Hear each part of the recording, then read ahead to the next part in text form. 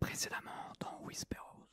Je pense que Randy, il va plier les genoux très rapidement. Cersei 1, Daenerys 0. Alors que eux, ils n'ont qu'une seule religion, c'est la religion du doigt noyé. On sent que sa sœur lui demande de se mouiller un peu dans ce conflit. Ce sera sûrement pas coupé au montage. C'est impénétrable. On le voit soit dans un coin avec un sourire en coin. Tyrion s'est occupé pendant des années de tout ce qui est évacuation d'eau. Dernière personne qui a plaqué Littlefinger contre un mur en l'étranglant, c'est Ned Stark. Ensuite, le second email donc provient de Sam. Il a pas bien fini, Ned Stark. Enfin, est-ce qu'elle croira Jon aussi simplement? Malheureusement, Sansa fait encore sa Sansa. La Nymeria, elle est un peu comme Arya, elle a fait sa vie de son côté. Attends, il a la manette Jon Snow en main et il appuie sur tous les boutons.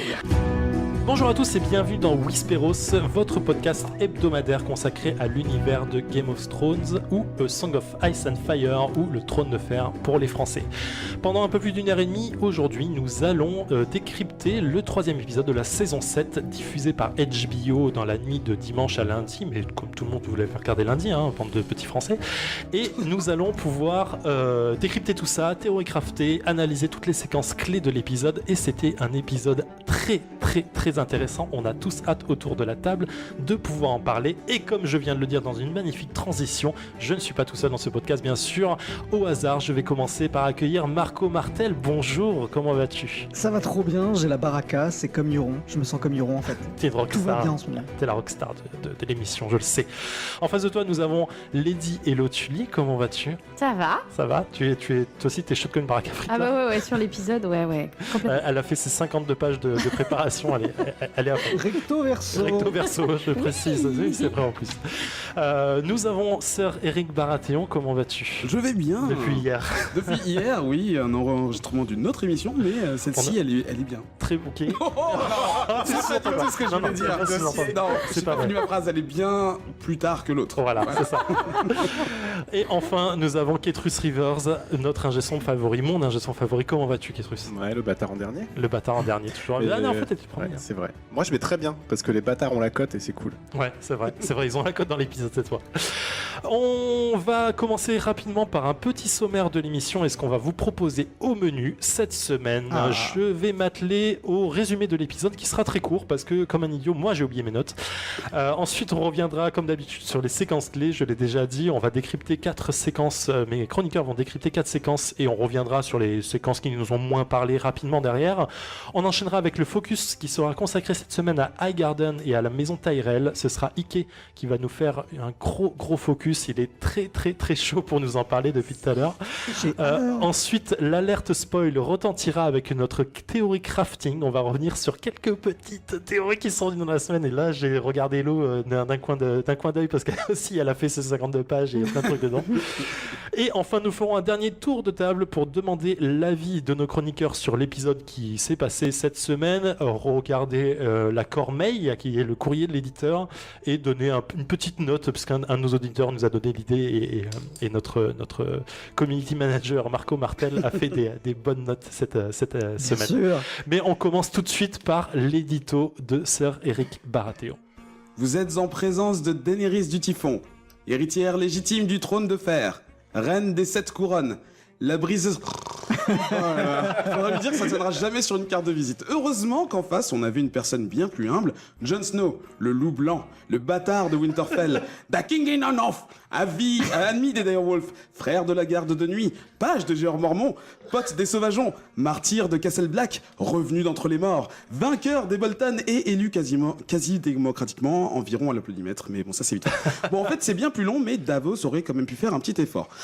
Mais tous ces titres ne peuvent pas effrayer notre idole glam rock national au milieu de sa tournée Live at Sea 2017, Euron Greyjoy, maître des 14 mers et créateur de Bon Gros Malaise. Euron qui entre d'ailleurs directement la première place du classement de TP Mag et d'éloge Varys qui lui passe en 2e place. Quoi ? Je vous regarde vos gueules là et je pense que vous savez pas ce que c'est TP Mag. Téléportation Magazine, le magazine numéro 1 de la téléportation. Son voyage de Port-Réal à Castle Rock a fait sensation dans la communauté et Euron mérite amplement sa place. Dans le reste du tableau, on retrouve Arya Stark et Jorah Mormont. Et cette semaine, Jon Snow et Davos Seaworth font leur entrée avec leur bateau à moteur. Et en bas du tableau, sans surprise, Samuel reste grand dernier, bloqué à la citadelle. Et je ne peux pas finir sans parler un instant d'Olenna Tyrell qui nous quitte pour rejoindre les 700 000 autres personnages tués par la série. Adieu Olenna, la reine des épines part avec les qualités qui ont fait d'elle à la fois une dame drôle et touchante, acide mais juste, prête à tout pour sa famille. Même si on a tendance à oublier que c'est elle qui a contribué à tout ce bordel en orchestrant la mort du petit Geoffrey, mais pour ça, il n'y a pas de bouquet assez gros de roses pour exprimer notre reconnaissance envers elle. Ah si, j'ai peut-être un petit truc, je vais essayer un poème pourri. Rosa, Rosa, Rosane. Avec toi, pas d'amalgame. Rosae, Rosae, Rosa, ta famille et ton combat. Rosae, Rosae, Rosas, tu fais preuve d'une grande audace. Rosarum, Rosis, Rosis, mais tu es noble comme un lys. Merci Olenna. Oh, bravo. Alors, je dois dire que je suis allé réviser les déclinaisons latines juste pour ça. Sinon... C'est parfait. En fait, il faut le dire aux auditeurs, on connaît pas l'édito d'Eric quand il l'écrit dans l'émission. En fait, on le découvre en même temps que vous, et c'est toujours un plaisir. En fait, toi, celui est beau et c'est une belle. Je m'éclate à faire ça, donc c'est un plaisir. Bravo. And there is only one thing we say to death. Not today. On enchaîne tout de suite, sans transition aucune, avec le résumé de l'épisode. C'est moi qui m'y colle, donc désolé, il sera un peu plus light. Encore une fois, j'ai oublié mes notes. L'épisode s'ouvre sur Dragonstone, où on voit Jon Snow qui a pris un bateau express pour arriver de Winterfell directement voir sa future bien-aimée, la princesse. Non, attends, oh mince, pour voir Dany, grosso modo. Cette scène est très rapide puisqu'il se fait en plus un peu taunter par un dragon très rapidement, c'est assez cool. On enchaîne avec Mélisandre qui est sur une falaise, qui regarde dans le loin parce qu'elle sait qu'elle doit repartir. S'ensuit une conversation assez vénère avec Varys, une très bonne conversation par ailleurs, où elle lui dit grosso modo « Je vais me casser à Bravos, mais lorsque je reviendrai, je vais mourir et fais pas le beau parce que toi aussi. » Vénère avec Varys, c'est rigolo. Ça arrive bien. Dans la fin de cette scène, on voit Varys qui regarde au loin et il voit un bateau revenir, ce qui procure quelque chose de mauvais si vous avez vu l'épisode d'avant. Ensuite, on a une discussion qui s'ouvre avec Daenerys et Jon, une discussion qui est plus un duel, mais qui est vraiment, vraiment très cool. Grosso modo, il y a Jon qui dit « Les gars, vous êtes tous des gosses en train de vous battre pour un petit jouet », tandis que dans le Nord, il y a le vrai problème qui arrive. Nous, on se fait target par les morts et c'est vraiment pas cool. Daenerys apprend ensuite par Varys que sa flotte a été complètement détruite par une rockstar. On enchaîne avec le repêchage de Théon. J'ai failli mettre ton par le ton. Mais bref, le repêchage de Théon par des pirates de Pike, donc par des alliés techniquement, et il se fait un peu taunter en disant tu aurais pu faire quelque chose ou mourir en essayant en tout cas. Euron revient à King's Landing en sauveur, mais vraiment en sauveur, et c'est une scène qui est assez folle parce qu'il est le roi du monde pendant quelques instants, et il vient offrir une Ellaria Sand à Cersei. Le petit taunt, pardon. Et il vient offrir Ellaria Sand à Cersei qui va pouvoir se venger. On a ensuite la scène qui s'enchaîne avec la torture d'Ellaria Sand, je vais y arriver. Et Cersei qui saute sur son frère et qui passe une nuit d'enfer avec lui, chose qui semble un peu le gêner alors que c'est quelque chose qui rêvait depuis très longtemps. On a enfin des nouvelles de la banque de fer qui vient réclamer son dû et une très bonne discussion avec Cersei Lannister. Always pay his debt, or debt. Oh là là, putain, je suis fatigué. Ensuite, on a une petite discussion avec Jon et Tyrion Lannister qui vient se faire en fait le petit représentant de la reine en disant écoute, il faut essayer d'être plus sympa avec elle parce que mine de rien, elle a quand même pas mal de choses que tu veux. Tyrion fait ensuite le petit rapporteur pour aller voir Daenerys en lui disant ok, Jon est plutôt sympa. Oh, c'est l'idée, arrête. Il va aller voir Daenerys en disant ok, sois sympa avec lui, je fais l'entremetteur, donne-lui ce qu'il veut, comme ça il sera plus cool. Daenerys et Jon discutent dans le soleil couchant et Daenerys lui dit dans un élan de royal, vas-y, tu peux prendre ton dragon de glace, on va même te donner des mecs pour pouvoir le miner tranquillement. On se barre à Winterfell où on a enfin Littlefinger qui fait son premier move et qui a une tirade complètement fantastique qu'il annonce à Sansa. On en parlera un peu plus tard. Bran revient à Winterfell où il est complètement stone. Et au lieu de dire des choses intéressantes à Sansa, il est juste un petit vicieux, en fait, finalement, on apprend ça. On redescend à Old Town avec Mormont qui est enfin soigné. Et on se demande comment ça a pu se faire, finalement, en une seule nuit, mais pourquoi pas. Il y a du repos. Oui, c'est du repos, tout simplement. Et le climat de la soupe. Et Samuel qui est félicité par son archimestre qui lui dit t'as débloqué le niveau 2, maintenant tu peux recopier les parchemins qu'il y a sur la table, s'il te plaît. On revient à Dragonstone avec un petit point baston et un très bon montage de l'attaque des Insulade. J'ai oublié encore une fois le mot en français. Les Immaculés, merci. Qui attaquent Casterly Rock dans une scène qui est vraiment très cool, avec une putain de baston de Grey Worm qui nous apprend plein mal de choses à la lance et au bouclier. Mais ils sont pris d'assaut par derrière, par Euron, qui est encore une fois sur place au bon moment et qui détruit tout le reste de la flotte de Daenerys. Ensuite, on arrive à Highgarden où toute l'armée Lannister est là pour envahir les lieux sans aucun combat, parce qu'ils sont cool. Ils récupèrent tout l'or et là on comprend comment Cersei Lannister va pouvoir payer ses dettes. Et on finit, comme tu le disais, Eric, dans ton édito, par une très très bonne scène qui nous a tiré une petite larme avec Olenna qui tire sa révérence dans une scène complètement badass en disant à Jaime, tu diras à ta sœur que c'est moi qui ai tué son fils et je suis très fier de l'avoir fait. Grosso modo. Eh ben mon coquin, t'avais pas tes notes, c'est ça? Non, j'avais pas mes notes. Ça. Comment tu t'es rappelé de tout ça sans notes? Bah, je sais pas, j'ai vu l'épisode une fois, ça m'a suffi. Genre, incroyable. On fait, donc, c'était le résumé. On va enchaîner peu après une petite pause par les séquences clés. When you play the Game of Thrones, you win or you die. On commence le gros de l'émission avec les séquences clés. Ici, on va grosso modo, pendant 40-45 minutes, décrypter tout l'épisode entièrement. Mes chroniqueurs vont prendre chacun leur tour une scène, alors pas forcément dans l'ordre chronologique de l'épisode, hein, même si ça gêne certains. On va les prendre, on va les décortiquer, voir qu'est-ce qui a été dit et pas forcément là où ça peut amener, mais surtout qu'est-ce qui est intéressant dans cette scène et pourquoi on l'a choisi. On va ouvrir le bal tout de suite avec Sir Marco Martel qui voulait parler de notre rockstar favorite qui revient à King's Landing. Vas-y, lâche-toi. Euron, il est pour moi, c'est mon boy quoi. Ouais, c'est marrant. Ok, chaque semaine, voilà, je fais son petit parcours. J'aime bien quand tu entres. Il n'y a pas que lui. Il n'y a pas que lui. Ok, alors, oui, la séquence... La secousse. La séquence s'ouvre sur Euron qui remonte les ruelles de la ville. Alors, il prend beaucoup trop de plaisir, apparemment. Hein. Et il salue à tour de bras. Moi, perso, à un moment, je pensais vraiment qu'il allait slammer dans la foule. Hein. Franchement, il était vraiment bien parti, quoi. La foule, justement, qui, entre deux applaudissements, jette l'équivalent de 20 tickets restaurants hein, sur Elaria et sa fille. Rappelons qu'il y a quand même tout juste 3 saisons, tous ces gens étaient en train de crever la dalle. Mais passons. On oublierait presque Yara, qui, comme nous, souffre fort d'avoir écouté le monologue de son tonton, qui est un peu particulier. Et d'ailleurs, kudos au seul figurant qui se fait cracher dessus pour sa contenance. C'était bien rigolo. Alors, avant de rentrer dans la salle du trône, point intéressant, on peut constater que tout King's Landing porte ouvertement les couleurs Lannister. Ouais. Donc moi, ce que je me dis, c'est que le temps de la finesse, hein, c'est comme l'été, c'est terminé. C'est joli. Ouais, merci. Bon, il n'y a plus rien à cacher, quoi. On sait qui est à la tête du royaume, et c'est plus une Baratheon, ça c'est sûr. Donc après s'être fait traiter de pute un bon millier de fois, les prisonnières sont présentées en grande pompe devant Cersei. Alors je sais pas vous, mais moi ça m'a vraiment fait penser à Layla et Jabba the Hutt. Ah oui. Le collier. Ouais, le bruit des chaînes, le fait cette référence. Alors, ah oui, toi tu regardes pas. Ah oui, alors il faut dire que Eric Baratheon ne connaît pas Star Wars. Je refuse toujours de l'existence de ce truc, mais c'est pas grave. ok. Non, c'est la présence du collier, de la laisse. Complètement, le fait devant, qu'elle soit tirée devant la reine et tout. Enfin bref. Donc la reine justement elle boit du petit lait hein, à la vue des assassins de Myrcella et elle réaffirme mais discrètement à Euron qu'il aura ce que son cœur désire, hein, à savoir sa main. Mais une fois la guerre remportée.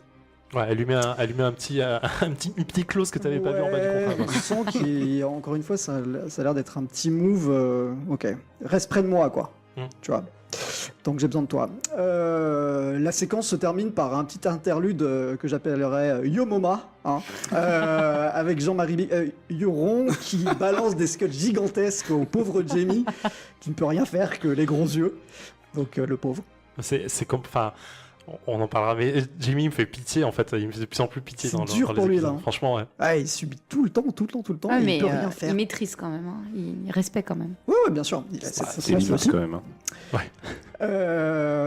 Donc, cut suivant, et on retrouve Elaria, Taïn. Ah, Taïn, ok, la montagne, Qyburn et Cersei dans les sous-sols du Red Keep. S'ensuit une interminable tirade de la reine qui maintient un suspense macabre sur la meilleure façon de se venger. Écoutez, c'est sans originalité, mais avec une belle mise en scène. Elle opte pour la méthode des meurtrières de son unique fille, le poison, administré par voix je mets Maybelline. Quelle douce ironie. Voilà. Mais c'est marrant parce que, qui avait grillé dans on avait tous grillé dans cette scène qu'elle portait du rouge à lèvres. Ouais. C'était bizarre en fait parce que dans la scène d'avant elle en porte pas du tout. Mais on s'est tous dit c'est un problème de maquillage en fait.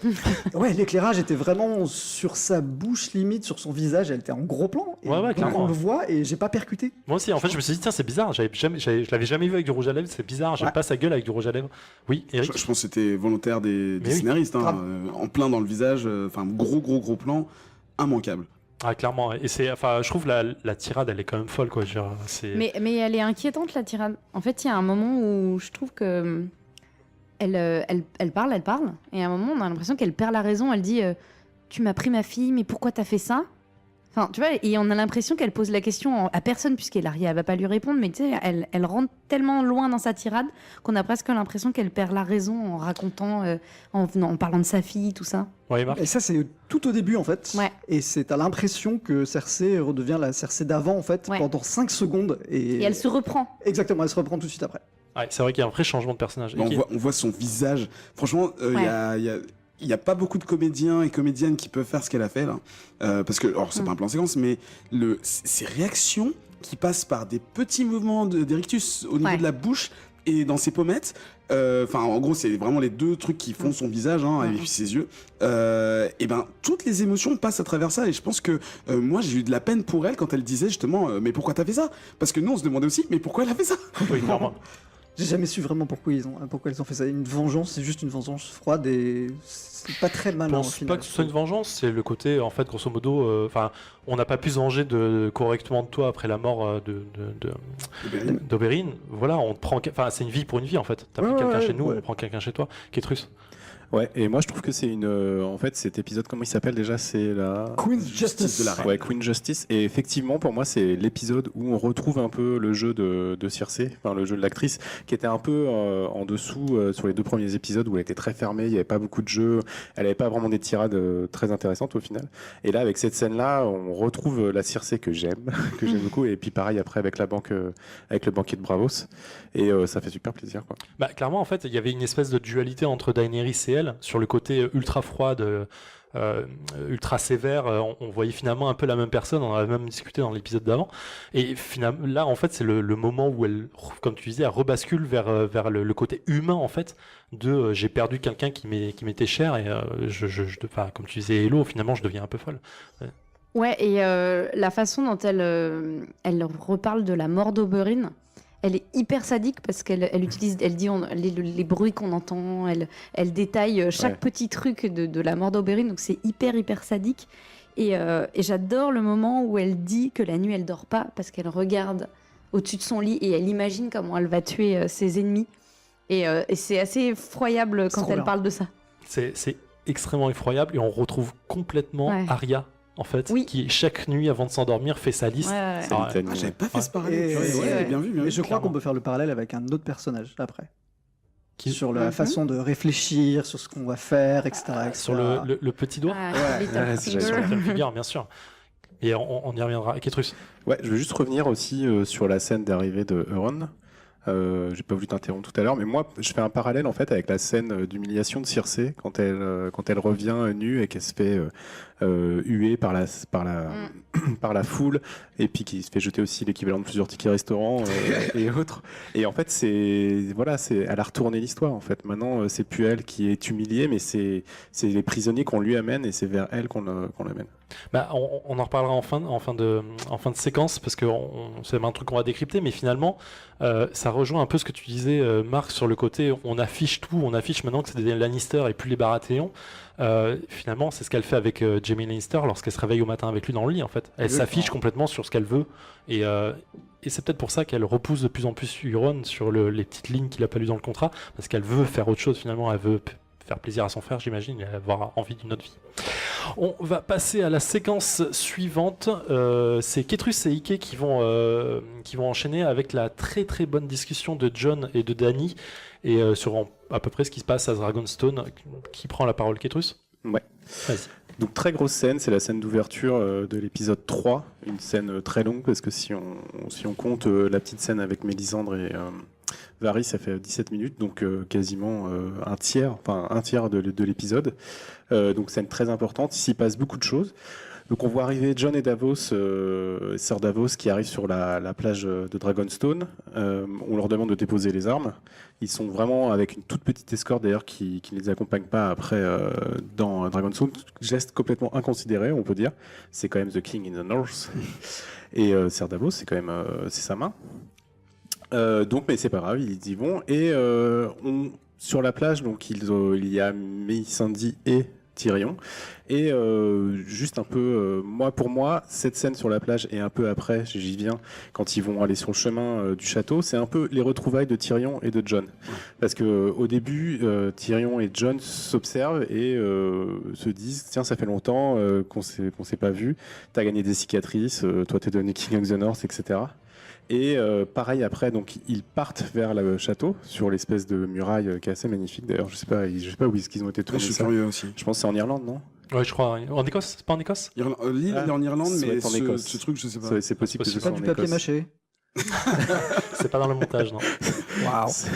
Peut-être, on ne sait pas. Donc ils vont sur ce chemin de ronde vers Dragonstone et en fait Tyrion et Jon continuent à discuter. Tyrion d'ailleurs lui lui demande d'abord des nouvelles de sa sœur et lui spécifie sous l'air un peu contrit de Jon que c'était un mariage arrangé et que le mariage n'a pas été consommé et qu'en gros voilà, ça s'est bien passé. Mais c'est un très bon move de Tyrion. Hein. Il se met au clair, enfin, comme tous les moves qu'il fait, mais il se met au clair avec lui. C'est à la fois un très bon move de Tyrion, mais c'est aussi, moi j'ai l'impression, en tout cas, on va revenir plus tard dans cette séquence, j'ai l'impression que Tyrion est très honnête avec Jon en fait. Il n'est pas dans son rôle de manipulateur en fait, il lui parle vraiment à cœur ouvert. D'ailleurs, dans la lettre qu'il lui a envoyée à Winterfell, ils se mettent à pied d'égalité en disant qu'ils sont tous les deux des bâtards. Oui, Eric. Non, je veux dire que Tyrion, il n'a pas énormément d'amis en ce moment. Et je pense que Daenerys, je pense qu'il lui fait confiance, on va dire à un degré 1, mais Jon il était déjà au degré 0 avant. Donc je pense qu'il essaie de retrouver un équilibre sur qui sont ses véritables amis. Et tu parlais d'honnêteté, je pense que le fait de s'ouvrir totalement à une personne à qui on fait déjà confiance, ça permet de faire grandir la confiance chez l'autre et du coup de profiter mutuellement de l'un de l'autre, sachant que ni l'un ni l'autre ne trahira l'autre, j'espère. Exactement. En fait, c'est ça, c'est des hommes droits, en fait. Même si Tyrion, parfois, il a des méthodes un peu alambiquées, mais en tout cas, c'est ces deux personnages qui sont assez droits dans leurs bottes et assez honnêtes. Et d'ailleurs, Tyrion est plus content de revoir Jon que le contraire, j'ai l'impression. Jon, il a un peu du mal à exprimer ses sentiments aussi. Hein. Et puis les circonstances aussi, parce que personne ne croit ce que raconte Jon, et Jon l'a vu, du coup, je pense qu'il a ça dans la tête. Ouais. Et donc, voilà, ils sont sur le chemin de ronde, ils discutent, et là, d'un seul coup, un dragon les frôle, et Davos et Jon se mettent à plat ventre, parce qu'ils ont peur, et les autres se fichent un peu d'eux, parce que ils sont habitués. Tyrion l'aide à se relever, lui en disant je croyais qu'on s'y habituera, mais en fait, pas forcément. Ouais.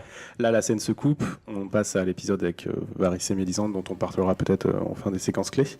Et donc, Jon et Davos sont accueillis dans la salle du trône, assez magnifique, en tout cas à mon goût, et avec une Daenerys assise au fond, avec un éclairage froid sur son visage, mais vraiment resplendissante et surtout une reine, quoi. Régale. Ouais. Régale, voilà, c'est ça.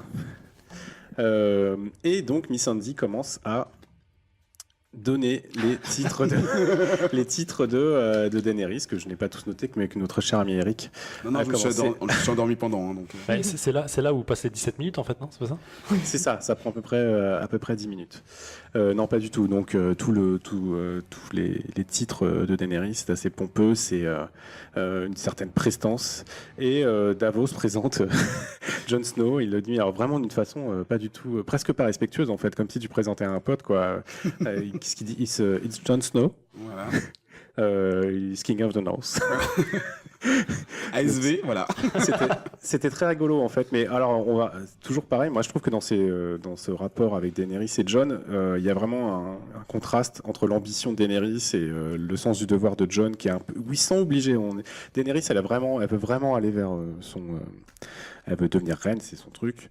Et Jon, lui, il fait son taf en fait. T'as l'impression, il est traîné, par le destin. Apparemment, je suis con, mais en fait, c'est intéressant parce que du coup, on se rend compte là que Jon, en fait, n'est pas roi. Il est juste régent d'un royaume qui doit défendre. Et en fait, il est roi par dépit, en fait. C'est ça. Et du coup, c'est ce qui fait que la politique, il s'en fiche. Il veut juste de l'action et protéger son truc. Donc, il n'est pas vraiment un roi dans l'idée, quoi. Non, il n'est pas vraiment un roi dans l'idée. Et c'est pareil, Daenerys, elle est souvent filmée par en dessous. Et Jon est souvent filmé un peu moins serré et un peu par au-dessus. En fait, dans des habits sombres, Daenerys, elle est lumineuse, dans des habits de couleur. Donc en fait, on a vraiment un contraste entre les deux qui n'est pas juste au niveau des personnages, mais aussi au niveau de la réalisation. Dans les oppositions, Daenerys est assise et ne bouge absolument pas. Et Jon est sur ses deux pieds, il n'arrête pas de tourner la tête, il est pas à l'aise du tout. Donc je pense qu'il y a ça aussi, une espèce d'assurance chez Daenerys. Non, c'est un lion en cage, il en peut pas. Tu vas d'attendre, il perd son temps, quoi. Voilà. Ouais, il veut tu présenter jouais- son point, elle l'écoute pas parce qu'elle demande qu'une seule chose. Et Tu joues à l'extérieur aussi, c'est chaud. Hein. Non, mais vraiment, ouais. Il est pas à l'aise. Et d'ailleurs, dans ta très bonne analyse de l'arrivée sur la plage, on voit du coin de l'œil que le bateau est enlevé.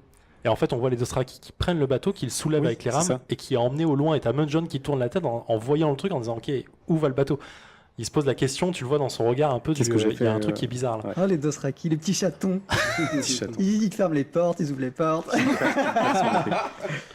Et donc Daenerys donne en fait sa volonté, qui est que ah, attends, non, pardon. Si, c'est ça, que je me trompe pas. Oui, d'abord, en fait, je crois qu'il y a Davos qui reprend Daenerys et qui lui dit attendez, j'ai peut-être l'accent de culpussier. En anglais, je sais plus comment on dit. Flea Bottom. Qui est en fait un quartier de King's De Landing. King's Assez Landing. pauvre, Ouais, voilà. c'est ça. Enfin, où une grande majorité des gens vivent en fait. Mais il lui dit, mais c'est pas Monseigneur qu'on doit appeler Jon, mais le roi. Et là, il commence à... Tyrion explique en fait c'est Sir Davos, le chevalier aux oignons, etc. Enfin, il y a un petit moment de flottement. Et donc Daenerys demande à Jon de ployer le genou, bend the knee,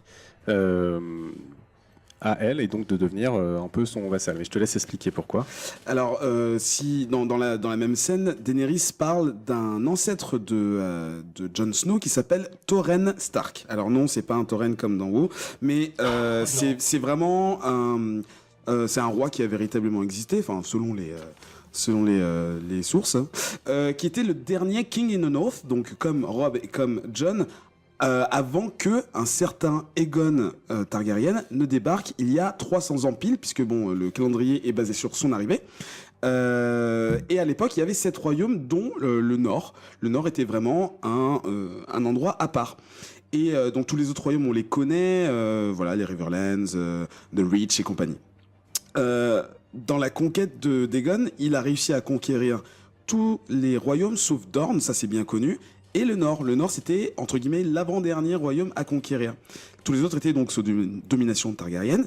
Et dans une histoire de stratégie où les Stark étaient courants que dans le sud ça allait mal et que les Targaryennes savaient que les Stark se préparaient à leur invasion, les Targaryennes en fait, donc Aegon et ses 2 sœurs et donc leurs 3 dragons et toutes leurs armées, donc de tous les autres royaumes, sont montées vers la région du Nex. Si vous voyez une carte, vous voyez, c'est l'espèce de goulot qui sépare véritablement le sud du nord, pour aller à sa rencontre.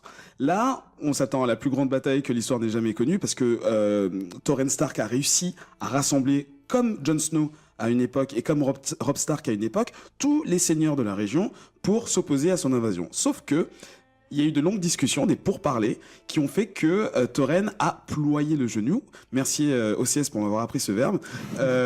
Et qui a fait que Aegon Targaryen a donc épargné, si on peut dire, les Nordiens et a donné à l'ancien roi du Nord le titre de Seigneur du Nord et Gardien du Nord. Donc en anglais, c'est King in the North Non, excusez-moi, Lords of Winterfell, Lord of the North et Warden of the North. Et pour beaucoup en fait des autres Nordiens, c'était à la fois, pour une partie c'était de la sagesse, c'est-à-dire que le fait qu'il a empêché l'invasion, ça a sauvé des millions de vies, mais pour d'autres c'était un aveu de faiblesse parce que un roi ne s'agenouille pas devant un autre roi. La seule façon d'en découdre, c'est de se battre. Donc il est resté dans l'histoire avec ce surnom, en anglais Torren the King Who Knelt, le roi qui s'est ployé, je sais pas comment ça se... Qui a ployé le genou. C'est agenouillé. Ça marche aussi. Voilà. C'est pas exactement la même chose, mais on va... Allez. Et du coup, pour beaucoup, c'est le point qui a marqué la fin de la conquête. Parce que Dorne, c'est une autre histoire, on en parlera sûrement plus tard. Et c'est à ça que Daenerys fait référence quand elle dit le serment que ta famille a donné il y a tant d'années, il faut que tu le respectes aujourd'hui. Et donc Jon balance ça un peu par-dessus l'épaule parce que il le connaissait pas, il était pas là, comme il est dit dans la série, et ça ne le concerne pas en fait parce que c'est pas du tout les mêmes circonstances. Et même si on peut faire énormément de parallèles, mais là pour le coup c'est différent. Oui, effectivement, il y a une scène où justement il explique qu'il n'a pas. Enfin, c'est surtout en fait Daenerys aussi qui dit qu'elle n'a pas à répondre des actes de son père parce que Jon lui dit vous voulez que je ploie le genou devant vous alors que ma famille a été massacrée par votre père. Et lui, et du coup, elle dit je ne suis pas responsable des actes de mon père. Et lui aussi dit moi je ne suis pas responsable des actes de mon ancêtre. En plus, il y a 300 ans. Ouais, et la discussion est très cool d'ailleurs parce que quand il lui dit voilà mais moi mon grand-père a été tué par ton père, grosso modo, elle dit je vous présente mes excuses. Enfin, je suis pas responsable de mon père et je vous présente honnêtement mes excuses pour ce qui s'est passé. En fait, elle est smart de ouf. Mais surtout quand elle dit vous pouvez pas me tenir responsable pour les crimes de mon père, ça résonne complètement avec un épisode d'avant où Jon a dit qu'il allait épargner les Nordiens parce qu'il voulait pas faire payer aux enfants le crime de leurs parents. Donc, belle analyse, oui, effectivement. Il peut pas répondre à ça autre chose que ok, ça me va. Ouais, et puis elle lui donne aussi le même argument en fait. Oui. Parce que lui peut répondre pareil. Du coup, à un moment donné, Daenerys lui dit mais alors pourquoi vous êtes là? C'est clair. Mais pourquoi t'es venu en fait? Pourquoi t'es venu si c'est pas pour t'agenouiller devant moi, me lécher les bottes et me trouver si belle? Et ben il lui dit que c'est pour les aider. Oui. Alors, ça l'a fait bien marrer. Il fait attends mec, moi j'ai des Dothraki, j'ai des dragons. J'ai des dragons, tout ça. Qu'est-ce que tu veux quoi? J'ai un noir à longe. J'avoue. J'ai un noir à rallonge. Du coup, lui, il lui fait un petit speech quand même sur le plan militaire de Cersei et du coup de Tyrion. Il dit de toute façon, vous auriez pu très bien écraser King's Landing en un rien de temps. Il dit mais je comprends, c'est pour épargner des milliers et des millions de vies. Et du coup, c'est assez marrant parce qu'il lui dit au moins vous valez mieux que Cersei. Ouais. Ça, j'ai trouvé ça assez excellent. Donc on sait déjà qu'il penche un petit peu du côté de Daenerys. Mais du coup, il recentre un peu l'importance du conflit, un peu comme on en avait parlé sur la dernière émission, contre l'armée des morts. En gros, il les traite même d'enfants. Tous, Daenerys le prend mal d'ailleurs, elle a dit maintenant je me fais traiter d'enfant alors qu'il veut même pas m'appeler reine. Tyrion dit non, en fait c'est une figure de style, très bien. Ils le traitent tous d'enfants. Du coup, déjà personne les croit, parce que quand il parle de l'armée des morts, oh là là, c'est des conneries. Bon, alors qu'elle a quand même fait réveiller les dragons. Et puis elle est pas morte dans les flammes. Bon, peu importe, on passe là-dessus. C'est un peu comme dans Game of Thrones. Il y a beaucoup de choses qui sont éludées, alors que c'est assez évident. Du coup, là, le ton monte un peu. Alors que Tyrion, pourtant, se porte un peu caution pour Jon, en lui disant si, c'est quand même quelqu'un qui dit la vérité. Donc moi, il dit pas qu'il le croit, mais en tout cas, il dit que c'est pas un illuminé. Daenerys donc se lève et commence à arriver vers eux et commence à faire son curriculum vitae. Elle commence à raconter un peu sa vie, comme quoi elle est née à Dragonstone, que Robert Baratheon, l'ami du père de Jon lui-même, a essayé de la faire assassiner étant bébé et qu'elle a dû fuir à cause de ça. Elle dit que les dragons n'existent plus jusqu'à ce qu'elle découvre des œufs de dragon et qu'elle les fasse éclore. Elle dit que les Dothraki n'avaient jamais traversé la mer et qu'elle est née pour diriger les 7 couronnes. Et là, c'est assez marrant. Alors je crois que c'est Jon qui dit. Il dit You'll be reigning over a graveyard. Vous allez régner sur un cimetière. Et Tyrion dit mais oui, mais alors la guerre a déjà commencé. Comment on fait pour changer ça? Parce qu'ils ont déjà leur plan. Et du coup, Davos intervient parce que parce que là, il a vu la tirade de Daenerys et lui, du coup, il va défendre Jon. Il lui dresse un peu la légende de Jon. Donc il lui a dit, et c'est le premier aussi à faire. Vous avez fait venir les Dothraki. Lui, c'est le premier à avoir fait combattre les Sauvageons et les Nordiens ensemble. Il est devenu Lord Commandant de la Garde de Nuit. Il est King of the North. Et tout le monde a foi en Jon Snow. Et c'est celui qui a affronté aussi les White Walkers. Ah oui, je reviens aussi un peu sur ce qu'avait dit Daenerys. C'est-à-dire qu'elle dit, qu'elle n'a foi qu'en une chose, et une seule, c'est elle-même. Elle n'a pas foi dans les dieux, tout ça. Ça revient un peu sur ce qu'on pouvait dire aussi, comme quoi la religion est un peu en train d'être écartée tout doucement. Voilà, pardon, c'était un petit aparté. Et il continue, Davos, donc a expliqué, il a combattu les White Walkers, les marcheurs blancs, et il s'est pris un couteau dans le cœur. Il a même donné, he gave his own. Et là, le regard de Jon le reprend en fait. On se demande pourquoi d'ailleurs, mais ok. Ouais, on se demande pourquoi. Je sais pas. Il veut pas qu'il dise qu'il a été ressuscité, peut-être pour pas être encore pris pour un illuminé encore plus que ça. Je sais pas, Hello, tu voulais interagir? Non. Non, je veux plus. Et Davos finit par une tirade qui dit It does not matter who skeleton sits on the Iron Throne. Ouais. Alors, en gros, peu importe quel squelette, le squelette de qui sera sur l'Iron Throne, en gros, c'est important, il faut aller aider les Nordiens. Et du coup, ils disent mais vous pouvez nous aider. Et Jon dit non, on n'a pas le temps, c'est très important, il faut se dépêcher. Tyrion lui dit mais oui, mais c'est rapide de s'agenouiller. Pourquoi tu t'agenouilles pas quoi? Ça prend aucun temps. Et du coup, Jon répond à un autre argument. Il dit oui, mais je ne la connais pas, Daenerys. Donc je vais pas m'agenouiller devant une personne que je ne connais pas. Alors qu'en plus, tous les lords et bannerets du Nord m'ont Oui, il y a une espèce de fausse trahison s'il le fait en fait. Donc ça finit sur que Daenerys considère comme un acte de rébellion de se nommer King of the North, devant elle en fait. Et la scène se termine car elle est interrompue par Varys qui vient lui chuchoter quelque chose à l'oreille. Daenerys... Ouais, c'est Jon et Davos qui s'en vont, il lui demande s'il est son prisonnier et elle lui répond pas encore. C'est fin de la scène d'intro de 20 minutes. Très longue, mais super intéressante parce que pour le coup, je trouve que la scène est bien montée parce qu'elle monte en pression l'un et l'autre. Enfin, t'as l'impression qu'à la fin de cette scène, si Varys n'arrive pas à ce moment-là, clairement, il y en a un qui meurt en fait. Enfin, et c'est Jon, clairement. Ah ouais, d'accord.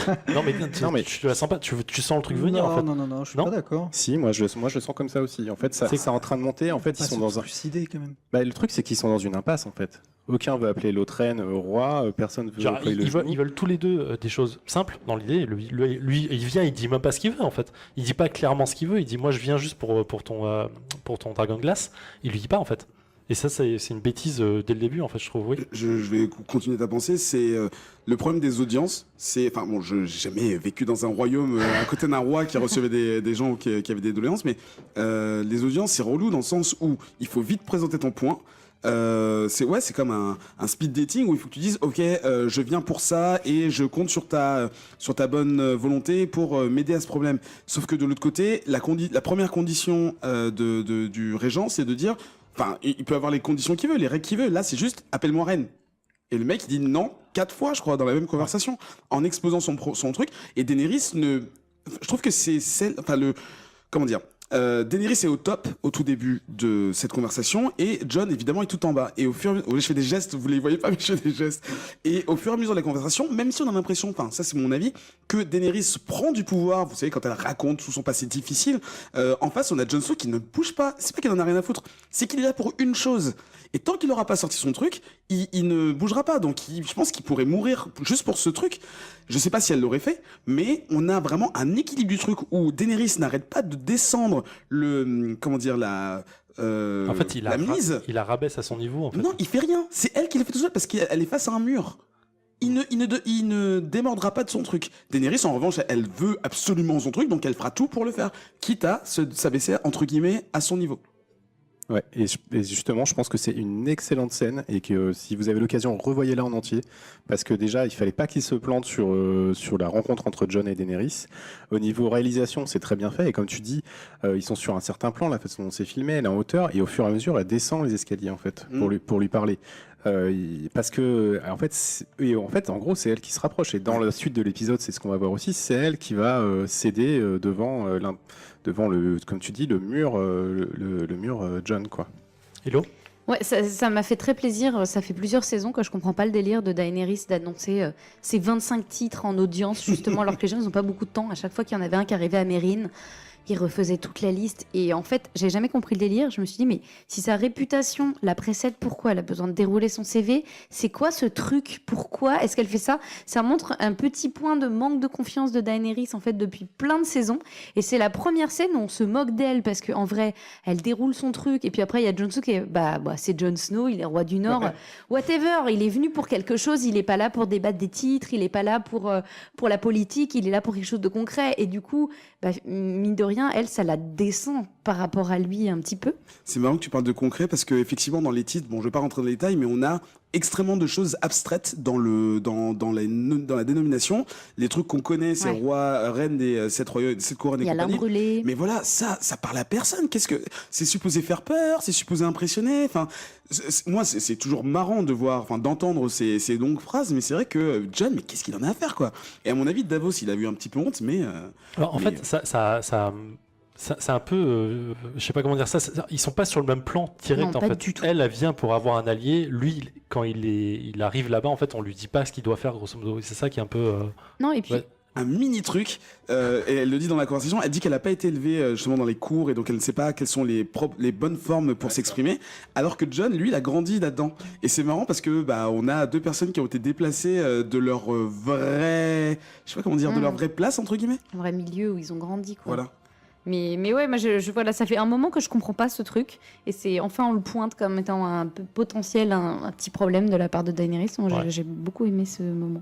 Qu'est-ce pour finir? Et je suis d'accord avec Hello quand elle dit qu'on tourne en ridicule un peu Daenerys. Et pour moi, en fait, on tourne en ridicule le conflit des 7 couronnes. Bah oui. Et voilà, en gros, Oui, mais depuis arrêtez en plus. avec toutes vos phrases que là, votre politique, il y a une grosse menace au nord, on l'a déjà dit, mais c'est encore un point en plus que les showrunners nous mettent à disposition. Clairement. Ok, merci pour cette grosse analyse. On va passer la parole à Hello qui va nous parler de Feu Lady Olenna qu'on regrette tous dans cet épisode. Pardon, vas-y. Ouais, du coup, on passe de la première scène à la dernière scène. Oh là là. Pas de souci, pas de souci. Si, ça Ça va ne pas dérange ça, je pas le du vois, tout, je le vois. c'est pas grave, tout n'est pas bien rangé, il n'y a pas de souci. Tout va bien. Elle tremble un peu là, vous voyez pas, mais... je la blablote. Oui, donc la dernière scène, puisque je voulais revenir aussi tout petit peu sur ce qui se passe à Highgarden. Donc la scène de fin se situe juste après la scène assez incroyable dont tu as parlé tout à l'heure des Immaculés qui ont pris Castle Rock. Et on apprend que les Lannister avaient tout prévu et que finalement ils sont partis attaquer Highgarden. Donc on a l'armée des Lannister qui est assez impressionnante. Tout est bien carré, tout est bien rangé, tout le monde marche. Là, ça t'a plu, hein. Ah, c'est bien propre, il n'y a rien qui dépasse. Voilà, il y a le super chevalier. Il y a le super chevalier Jaime Lannister sur son cheval blanc, suivi de Bronn et donc de Tarly, Randyll Tarly, qui a bien fini par se rallier à la cause Lannister. Ce qui est important de souligner parce que ça compte beaucoup. Hein, la famille Tarly, il a une grosse armée assez puissante. Donc voilà, c'est un allié de poids qui s'est rangé du côté des Lannister. Chiant. Donc l'armée bien rangée marche vers le château des Tyrell. Bon, les Tyrell qui ont dû les voir arriver de loin quand même, parce que vu la taille de l'armée et le point de vue que leur offre le château, ça fait un moment qu'ils doivent les voir arriver. Je me demande ce qu'ils ont pu préparer en attendant, puisque quand même ils ont ce point qui est quand même un point important pour préparer un petit peu ce qui va se passer quand ils sont attaqués, j'imagine. Mais la bataille est assez rapide, on n'en voit rien, on voit que les dernières secondes, alors que les Lannister entassent les corps et posent les drapeaux Lannister un peu partout. Hein, on fait les choses dans l'ordre, voilà. On fait les Lannister. Elle va nous le dire 4 fois. Hein. C'est bien rangé maintenant, mais les drapeaux, voilà. Et ensuite, Jaime qui traverse le château sous le soleil, sur la musique des Plus Castamir. On est un peu comme dans un point de vue jeu vidéo, hein, on le suit à travers la cour, le jardin, les remparts, jusqu'au boss de fin, Lady Olenna, qui l'attend, elle est une araignée au fond de la dernière pièce du dernier donjon. C'est vrai? C'est pas Dark Souls. Qui va remporter le combat? Fight. Donc, Jaime qui, au début de la scène, c'est assez rigolo. Hein. Il amène des verres, il sert à boire, il tire une chaise, voilà, il installe un petit peu son truc. Il fait le méchant dans les films, il explique son plan, hein, il explique comment il est arrivé jusqu'ici, comment il a appris de ses défaites passées, notamment au Bois au murmure dont il parle, où il avait été fait prisonnier par Robb Stark dans une des premières saisons. Donc c'est de cet échec qu'il a appris et qu'il a eu l'idée de cette stratégie. Donc il a décidé avec Cersei d'abandonner Castral Rock pour se concentrer sur ce qui gagne la guerre, à savoir l'or et les vivres des Tyrell. Et les Tyrell en ont beaucoup, quitte à sacrifier Castral Rock pour le reprendre plus tard. Donc dans cette scène, Lady Olenna balance punchline sur punchline. Hein, c'est son dernier... Voilà, c'est ça, elle tire sa révérence, donc là elle nous donne le meilleur d'elle-même. Donc dans son échange avec Jaime, elle est toujours superbe, voilà, même dans la défaite, même dans son dernier moment, elle aura ces super phrases qui vont beaucoup nous manquer. Petite chose à noter, c'est que pour parler de Joffrey, elle dit à Jaime, ah mais tiens, cette épée à ta ceinture, Jaime, c'était l'épée de Joffrey, c'était une des épées en acier valyrien qu'on cherchait. Il y en a quoi? Il y en a 4 hein, aujourd'hui. Une Toujours vingtaine, connu. mais... Non, connu. Je crois que Connu, c'est il y en a 4 connus, ouais. Beaucoup plus que ça. Non, Ouais, non, mais, mais connu. Dans la série, oui. Connu dans la série, pour connu. l'instant, il y en a Et en 4. position, en fait, on sait où elles sont, on sait qui Voilà, les on détient. sait qui les a, et c'est important, rappelons-le, parce qu'elles permettent de vaincre les White Walkers. On l'a vu parce que Jon en possède une qui lui a été donnée par Mormont. C'est avec ça qu'il défait un des seigneurs de la nuit, je crois, dans un épisode. Ils le tuent pas, je crois, ils se battent, mais ils sont interrompus. Hein. Ouais, non, il l'éclate, hein. Le mec explose en morceaux de verre, je crois. Hein. Ah oui, Ah ok, ouais, il d'accord. éclate avec son épée, justement. Donc elles sont assez puissantes, et Jaime en a une. Donc ça, on le sait. Donc elle se sert de cette histoire d'épée pour commencer à parler à Geoffrey et dire à Jaime que son fils était un sacré con. Ouais, il le dit comme ça. Ça, c'est la version française, hein. Ouais. Parce que c'est beaucoup plus Oui, violent en anglais. oui. C'est quoi, c'est cunt? Kunt, ouais. Et là, il n'y a même pas de mot pour traduire. D'accord. Donc elle y va très très fort. Hein. Elle a plus rien à perdre, donc elle y va. Elle lui raconte comment Cersei l'a pris de court. Hein. Elle lui dit quand même, franchement, j'en ai vu dans ma vie, j'en ai fait des choses pour ma famille, mais Cersei, elle m'a dépassé. Elle a dépassé mon imagination. C'est un monstre. Et elle lui demande à Jaime, est-ce que tu te rends compte, parce qu'il est conscient que c'est un monstre. Et c'est intéressant parce que à ce moment-là, Jaime, il a cette phrase. Il lui dit, quand on vivra en paix dans le monde que Cersei aura bâti, pensez-vous qu'on se souciera de la manière de faire? Franchement, on se demande vraiment comment il peut y croire. C'est impossible. Mais il y croit pas. Enfin, Non, il y croit pas, non, mais il lui dit. il a pas complètement tort, en fait, dans l'idée. C'est Oui. encore une fois, c'est les vainqueurs qui écrivent l'histoire. Hein. Mais quand on vivra en paix dans le monde que Cersei... Enfin, vraiment, genre, non, absolument pas. Et c'est à ce moment-là que Lady Olenna le regarde et se dit « Oh, mais tu l'aimes vraiment! Mais pour être aussi aveugle sur ce qui vous attend, mais tu l'aimes tellement !» Et elle lui dit elle va causer ta perte. Enfin, là, tu te rends pas compte, elle va causer ta perte. Et quand même, il est pas si con parce qu'il lui dit « Probablement ». Donc oui, il a quand même quelques petits hints là. Je pense qu'il se... Voilà, on en reparlera tout à l'heure. Arrêtons de nous moquer. Et j'adore dans cette scène, il y a un moment où justement, quand elle commence à lui parler de Cersei, elle lui dit, écoute, lâche-toi, puisque de toute façon, je vais mourir, ça ne quittera pas cette pièce.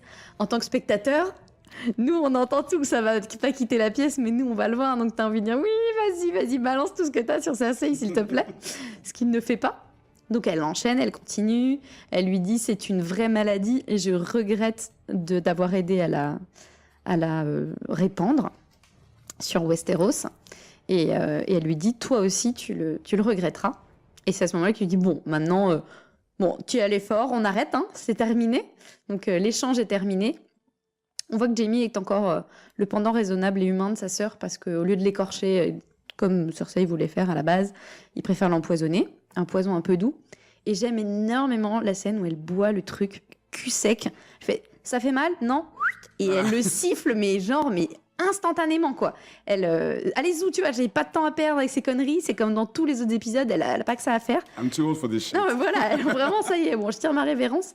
Et là, elle reprend totalement le dessus sur la situation. C'est complètement incroyable. Elle décrit avec une précision morbide tous les détails de la vision de la mort de Joffrey. Un peu comme Cersei fait avec Ellaria quand elle reparle de la mort d'Oberyn, d'ailleurs. Il y a ces deux petits trucs dans cet épisode. Elle lui dit que la scène était choquante et que c'était pas ce qu'elle escomptait. Donc là, Jaime se décompose. Hein, il regrette instantanément le poison. Il est vénère, il s'en va. Elle lui dit de dire à Cersei que c'était elle.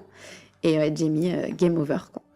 Ouais, Game Over. Du Game Over avec le combat de, Oui, pardon. du boss Olenna, je pense que Pour le coup, il se a pas retrouve eu, perdant. il a pas eu son étoile, quoi. C'est dommage qu'on perde un personnage comme ça. Mais quand je suis tellement triste. Bah oui. même. Mais jusqu'au bout, elle aura été une épine dans le pied de tout le monde. C'est Littéralement.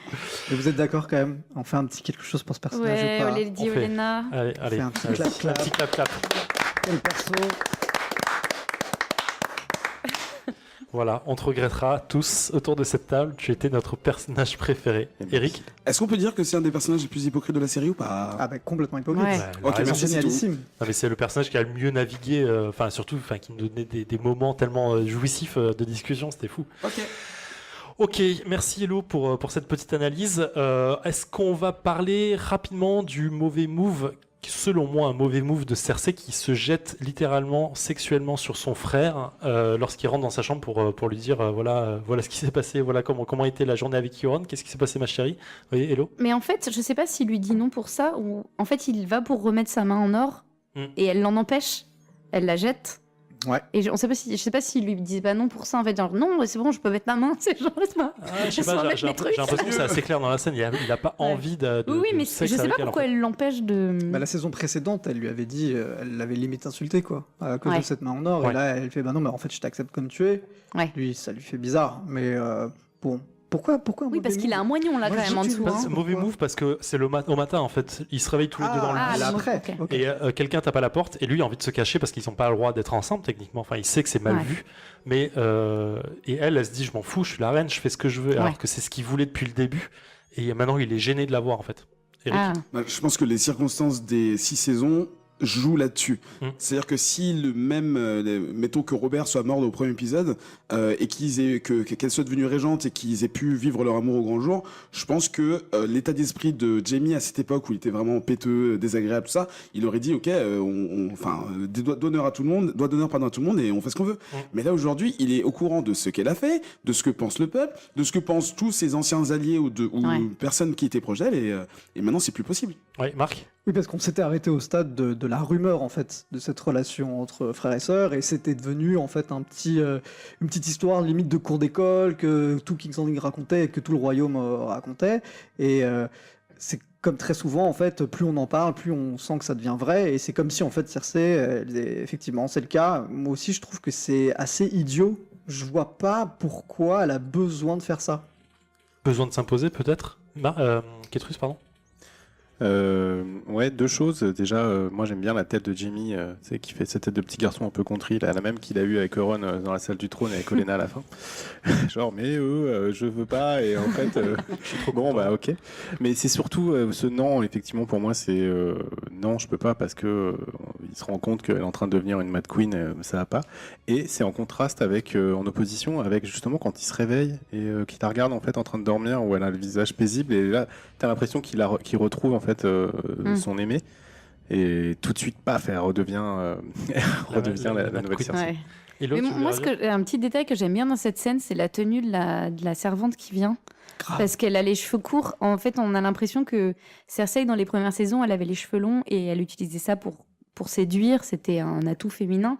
Aujourd'hui, elle en a plus besoin. Là, ça fait un moment qu'elle a fait son walk of shame. Ils ont repoussé ses cheveux. Elle se les a fait recouper, c'est évident. Et donc là, c'est assez drôle de voir la servante qui est habillée tout en noir, avec un col qui monte comme Cersei et les cheveux courts. Alors qu'avant, dans les autres saisons, les servantes, elles avaient des petites robes, elles avaient une petite natte. Enfin voilà, elles n'avaient pas du tout le même look. Et on a l'impression que maintenant, les femmes, elles ont pas besoin de séduire avec leurs longs cheveux. Mais tu penses pas que c'est Cersei qui leur impose ça? Je sais pas si c'est la mode ou si c'est Cersei si, qui moi, je le vois comme je ça. sais pas, ouais. Je pense que c'est Cersei qui les impose pour pas qu'elle soit plus attirante qu'elle peut-être. peut ou à être ça, côté, Ouais, mais j'ai l'impression que le fait d'attirer les gens, ça l'intéresse plus, elle s'en fout. Maintenant qu'elle a le pouvoir, elle a plus besoin de ça. Et la boucle est bouclée avec ma blague sur le coiffeur de King's Landing, le trône de fer. Le trône de fer, non, c'est non. Ok, on fait un petit point rapide sur la banque de fer. Pardon. Sur la banque de fer qui vient réclamer son dû. Fait intéressant parce qu'on c'est une entité qu'on ne voit pas dans les bouquins. On en entend parler beaucoup, mais là, ça fait 2 fois qu'on la voit dans la série. L'or, on sait, c'est le nerf de la guerre, hein, l'argent. Ouais. Est-ce que finalement, cet or qui est récupéré et qu'on prend le temps de voir à Highgarden va devenir un enjeu pour la suite ou pas? Bah, je pense que ça va être un enjeu majeur. Après, à savoir exactement ce que Cersei va faire avec tout cet or. C'est pas dit qu'elle va rembourser directement Braavos. Par exemple, puisqu'elle sait, elle le dit, peut-être pas dans cet épisode-là, mais le précédent, qu'en gros, avec l'or, on achète les mercenaires, et avec les mercenaires, en gros, c'est avec l'or qu'on achète, qu'on remporte la victoire, puisque ensuite, on fait venir tous ces gens-là des sauces pour se battre pour nous. Ça m'étonnerait qu'elle utilise 100% des fonds et leur dire bye bye, quoi. C'est parce que l'investissement de la banque en Cersei, c'est pour récupérer 100% de son dû. C'est pour ça, moi, j'imagine pas que ce qu'elle a récupéré là va permettre de rembourser de toute façon la totalité d'un règne entier, celui de Robert, Ouais. Non, c'est clair. à claquer par-dessus les bras, quoi. Non, mais- Oui, Hello, oui. Elle va montrer qu'ils sont de bonne foi, les Lannister, qui payent leurs dettes. Elle va honorer la petite phrase de sa famille et elle va pouvoir continuer une bonne relation avec la Banque de Fer. Et ce que je trouve assez cool dans cette scène, c'est que à 2 reprises, il lui dit qu'elle ressemble à son père. Et je sais qu'il y avait une scène dans une vieille saison, je sais plus laquelle, où Cersei, elle dit à Tywin Lannister, son père, donc, elle lui dit, mais tu te rends pas compte que je suis peut-être celui de tes 3 enfants qui te ressemble le plus. Oui. Et donc, vraiment, c'est plein d'achievements pour elle en ce moment. Là, elle est en furie, là, c'est Ouais. parfait. Surtout que la moitié des personnages de Game of Thrones disent que c'est Tyrion qui est le Ouais. plus à l'image de son père. Oui, en termes de manipulation. Ouais, voilà, et clairement. de stratégie. Mais ok, je suis en fait, pour rebondir sur ce que tu disais, Marco, je pense que elle va rembourser la banque d'une partie des fonds, enfin d'une grosse partie de ce qu'elle doit. Mais voilà, c'est comme disait Hello, c'est le côté, je paye mes dettes, je prouve que je suis de bonne foi, je paye ce que je dois à la banque, on reste en bon terme et je peux vous réemprunter de l'argent Voilà. derrière pour gagner la guerre. Ouais, moi, il y a un Parfait. truc qui me plaît aussi, c'est que Cersei, elle explique on a déjà gagné les 2 premières batailles, en tout cas celle, la bataille navale, et tout de suite il fait non, c'est la flotte de Euron qui a remporté la bataille. Ouais. On sent qu'en fait, lui, mais justement, c'est un Varys-like, quoi. Il a des infos partout, il sait exactement comment ça se passe, il est pas ici par hasard, en fait, quoi. Ouais. On rappelle aux auditeurs que la banque de fer, c'est grosso modo ce qui contrôle le monde aujourd'hui, hein. C'est l'argent, c'est Ouais. tous les seigneurs de la planète Game of Thrones, s'ils ont besoin d'argent, c'est là où ils vont en fait. Ouais, ils expliquent que c'est eux, en fait, qui désignent les rois, quoi. C'est Ouais. un peu un pendant Ouais. ce qu'on entend chez nous, là, niveau démocratie, où souvent, en fait, on installe les gens de puissance pour ensuite récupérer, Mais d'ailleurs, sonner. la Ouais. dernière fois qu'on a vu la Banque de Fer, c'est quand Stannis en avait vraiment besoin, qu'il est allé là-bas plaider sa cause en disant que c'était lui le roi légitime et qu'il fallait miser sur lui. Bien sûr. Donc on voit l'importance, parce que Stannis, il était fier pour qu'il aille supplier la Banque de Fer.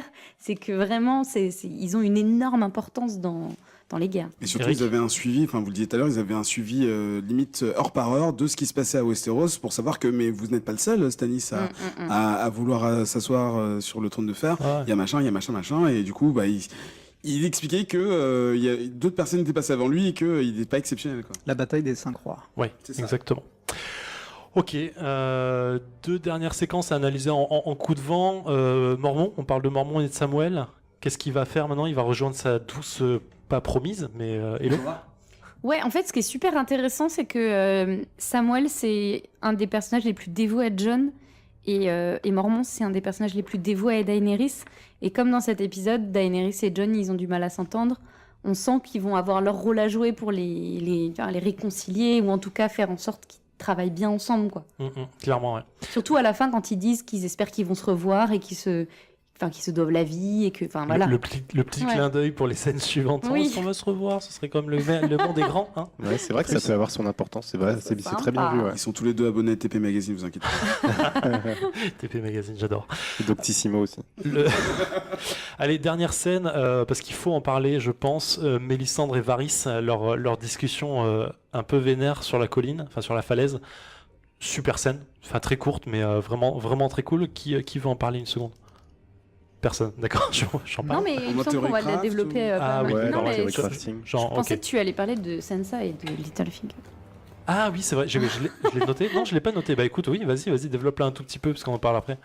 Oui, parce qu'on en a parlé la dernière fois, et du coup, cette fameuse phrase qu'on avait entendue un peu tronquée dans la bande-annonce de la série, carrément de la nouvelle saison, 7. de la saison 7, la fameuse phrase qu'il lui dit et qui lui... Enfin, cette façon qu'il a de lui expliquer sa technique à lui pour tout voir venir et pour ne jamais être surpris, c'est d'en permanence imaginer tout ce qui peut se passer, toutes les guerres qui peuvent se passer, les gens ne jamais prendre pour acquis un ami ou un ennemi. Enfin voilà, il lui dit que tout est possible et qu'il faut qu'en permanence elle ait tous les schémas en tête. Et donc on imagine comment ça se passe dans la tête de Littlefinger Non, je justement préfère en permanence. Et dans cette scène, il y a un autre petit truc, je sais pas s'il est important ou pas, mais il y a le maître qui dit « Oh, il y a Maître Halloween qui avait gardé une copie de tous les courriers Qui avait été envoyé. Qui avait été envoyé. Donc on se demande si c'est pas une petite info qui va servir plus tard. Donc voilà, je voulais la renoter, on sait jamais. On va le voir venir ça. Elle va revenir. Mais ouais, en tout cas, la discussion entre Sansa et Littlefinger, elle annonce que du beau pour la suite. Là vraiment, Clairement. on y est.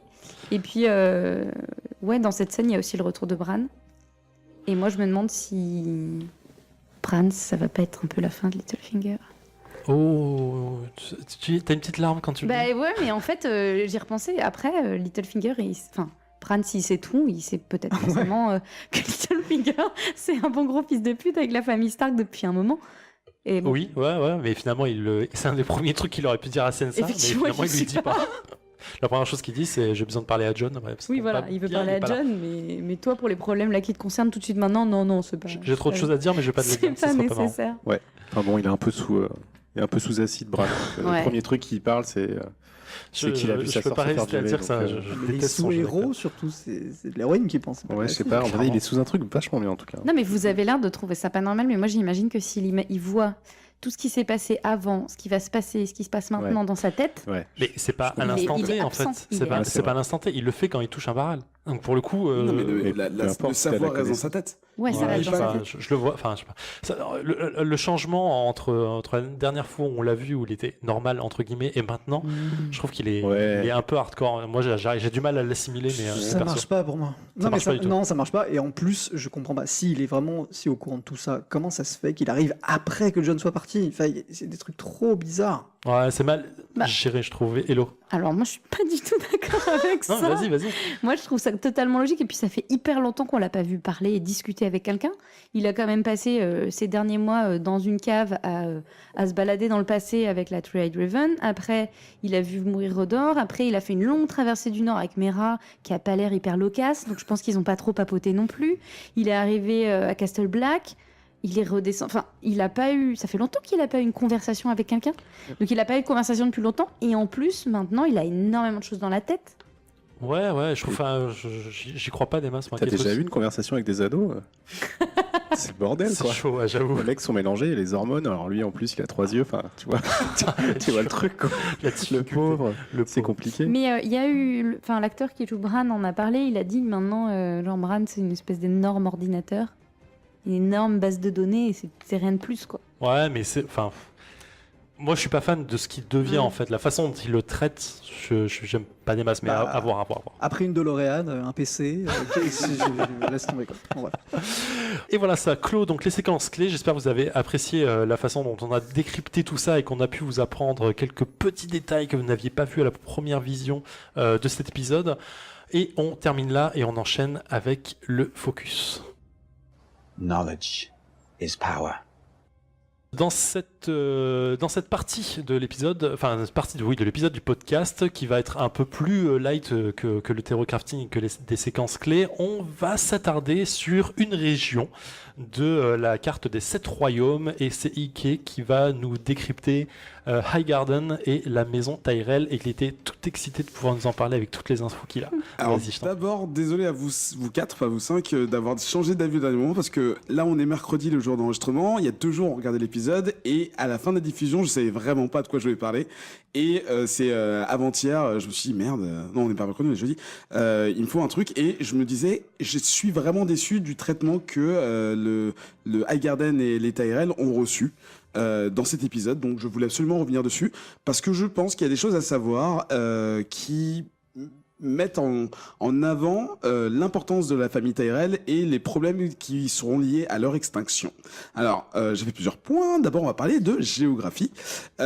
Pour ceux qui connaissent la chaîne YouTube Geography Now, ça va y ressembler un petit peu. Alors, le Bief, donc c'est la région dans laquelle se situe Highgarden au jardin. En anglais, le Bief, ça se dit The Reach. C'est une région du sud-ouest de Westeros qui vit d'un climat propice à l'agriculture, ça on en avait déjà parlé dans d'autres podcasts, et elle est surtout connue à travers le continent pour ses champs, ses fruits, ses fleurs, son vin.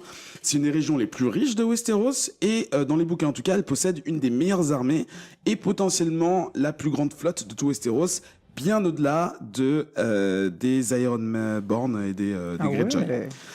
Mais ça, c'est en théorie. C'est le deuxième royaume le plus grand après le Nord. Et je vous rappelle que le Nord, c'est aussi grand que tous les autres royaumes réunis. Juste pour vous donner un ordre d'idée. Et le Bief, donc, a une frontière commune avec tous les autres royaumes, sauf les Ériers et le Nord. Ce qui fait que, en termes de commerce, ils sont au taquet. Et petit point aussi, les bâtards nés là-bas s'appellent Flowers. C'est une région qui a lourdement été inspirée par la France et l'Allemagne en termes d'architecture et de culture. Dans cette région, on trouve Old Town. Et donc je me suis trompé pendant 3 épisodes, c'est Ville Vieille et pas Vieille Ville en français. Donc la ville dans laquelle se trouve Samuel Tarly. Parlons du château. Qu'on a vu rapidement dans la série et qui à mon avis ne fait pas du tout honneur à la description qui en est faite. La capitale donc du Bief est au jardin, Highgarden en anglais, et se situe en plein milieu. Elle se trouve sur une très grande colline, et l'on en a parlé tout à l'heure, qui permet de spotter les invasions et conneries comme ça, mais bon apparemment ça n'a pas servi, il n'y avait pas de vigie, un peu comme les Greyjoy la semaine dernière. Et donc je vous disais tout à l'heure, c'était au carrefour de 2 routes commerciales très importantes, et elle se trouve sur un grand fleuve, ce qui lui permet de faire du commerce avec absolument tout le monde, d'où la richesse. Dans les livres, le château de Jardin est décrit comme un château très élevé et renforcé à l'extérieur par 3 murailles dans lesquelles il y a des labyrinthes, ce qui empêche et ralentit encore plus les invasions. Mais en temps de paix, ça sert plutôt à se balader et à draguer. Et à l'origine de tout ça, donc la création du château, à l'époque où il y avait encore les enfants de la forêt et les géants, quand ils vivaient tranquilles à Westeros il y a des milliers et des milliers d'années, il y a un bonhomme qui s'appelait Garth Greenhand, donc main verte. C'était un roi légendaire du même type que le Grey King dont on parlait la semaine dernière avec les Greyjoy, qui est là justement pour placer un mythe, on ne sait pas s'il a véritablement existé, et qui est considéré comme le premier roi des premiers hommes. Vous vous rappelez dans les titres, les First Men, eh ben, c'est les premiers hommes, et du coup, c'est la figure qui, dans beaucoup de cultures du sud de Westeros, est considérée comme le premier roi des premiers hommes. Pas hommes. Et ça aurait été le progéniteur d'un grand nombre de familles nobles à Westeros. Oui, c'est la raison de tout en fait aujourd'hui. Quasiment. Mais je rappelle, j'insiste beaucoup sur le fait que c'est une légende. Ouais. Et son impact finalement a été gigantesque sur le reste de Westeros, et j'espère avoir le temps de faire un focus sur lui parce que sa vie supposée est passionnante, tellement qu'il a vécu 1000 ans et qu'il avait le pouvoir de faire pousser n'importe quelle plante. Donc là, on retrouve le Green Hands et le côté Bief avec tout ce qui fleurit. Donc dans la légende toujours, son premier fils, Garth comme lui, est gardener. En français, ça veut dire jardinier. Il me semble que dans les traductions françaises, ça a été traduit comme ça. C'est le premier régent du château de Jardin, donc qui était construit dans cette époque mythique. La maison prend comme sigil, vous savez, les standards, les drapeaux, une main verte pour Green Hand, pour faire honneur à leurs ancêtres. Les gardeneurs, donc cette famille, règne pendant des milliers d'années, ce qui est complètement impossible, mais bon, ils l'ont fait quand même. Puis une femme gardeneur a épousé un homme d'une famille plutôt sympa, du nom de Tyrell. Là, ça devrait vous dire quelque chose. Et les Tyrell, par ce mariage, deviennent intendants des gardeneurs. Ok ? On suit. Ok, pour l'instant, ça va. Ok. Plein d'années plus tard, donc 300 ans avant les événements qui nous concernent dans la saga, donc au moment de la conquête de Aegon, dont je parlais tout à l'heure, Aegon Targaryen, les Lannister, que vous connaissez bien, et les Gardeners s'opposent à l'arrivée de Aegon Targaryen avec la plus grande armée, la plus grande réunion d'armée que Westeros n'ait jamais vue. Et ils se sont tous fait décimer par 3 dragons dans un événement qui a été surnommé les Champs de Feu, The Fields of Fire, où un peu comme certains personnages, ils n'ont pas pris au sérieux la menace et ils sont allés sur la terre ferme où il n'y avait pas de recoin pour se cacher, où c'était tout plat, et où des Là où tu animaux combats qui volent, normalement, en fait. voilà, des animaux qui volent avaient le champ libre, sans mauvais jeu de mots, pour tout faire cramer. Ils mettre avaient le des feu. balistes ou pas? Je pense pas. Ils n'avaient pas une sorcière à Une corde l'époque. Non, ils n'avaient pas de corne. Ils n'avaient pas de corde. Les Lannister sont durement touchés, mais il y a quand même beaucoup de survivants. Ce n'est pas le cas des Gardeners qui meurent tous au combat, ou de leurs blessures un peu plus tard. La lignée des Gardeners historiques, qui est supposée descendre d'un héros légendaire, est éteinte. Ah, putain, c'est ouf. T'as vu ça? Aegon Targaryen, vainqueur, se rapproche de la famille qui était à l'époque la plus proche du pouvoir. À ce moment, c'était donc les intendants, les Tyrell. Les Tyrell deviennent donc les seigneurs du Bief, et on leur donne automatiquement les terres qui concernaient les Gardeners. Ils deviennent aussi les gardiens du Sud, au même titre que les Stark étaient les gardiens, enfin sont d'ailleurs les gardiens du Nord. D'accord? Passons à la maison Tyrell, proprement dit, ceux qu'on connaît un petit peu plus et qu'on voit dans la série. Donc les Tyrell ont pour sigil, on le voit pas souvent, mais une rose d'or sur un fond vert qui illustre encore une fois le côté main verte, Gardner et compagnie. On dit sur Avec- champ vert, mais c'est pas grave. Champ vert. Ah oui, parce que moi je m'y connais pas trop Oui, en oui, non, c'est héraldique, pas grave, mais c'est pas grave, c'est pas grave. et leurs mots sont en anglais growing strong et en français plus haut, plus fort, mais pas plus vite parce que sinon on irait au bout d'une extrême. Là, on arrive au territoire connu. La limite. Merci. Très vite, j'ai compris. Parmi les membres qu'on connaît, il y a bien sûr Mace Tyrell, avec ses jolies moustaches, vous savez, celui qui vient sur son cheval, sur les marches pour dire « Ces histoires ont assez duré, libérez ma fille !» Celui qui montait les marchés du Oh, passé. qui montait, pardon, parce qu'il est plus là maintenant. Sauf que dans les bouquins, Mace Tyrell n'est pas l'espèce de clown qu'on voit dans la série. Par exemple, un fait assez important le concernant, pendant la rébellion de Robert Baratheon, les Tyrell, eux, soutenaient le roi fou, en fait. Oui, il il s'est ouais. resté Voilà. Il pro-Targaryen. Ils n'étaient pas du tout comme les Stark à vouloir tout révolutionner. Mace a mené un siège qui est rentré dans l'histoire de Westeros, qui s'appelle le siège d'Accalmie, et en anglais le siège de Storm's End, qui est le lieu historique de la famille des Baratheon. Ouais. Et qui est-ce qu'il y avait dans le château? Stannis Baratheon. Et qu'est-ce qui s'est passé?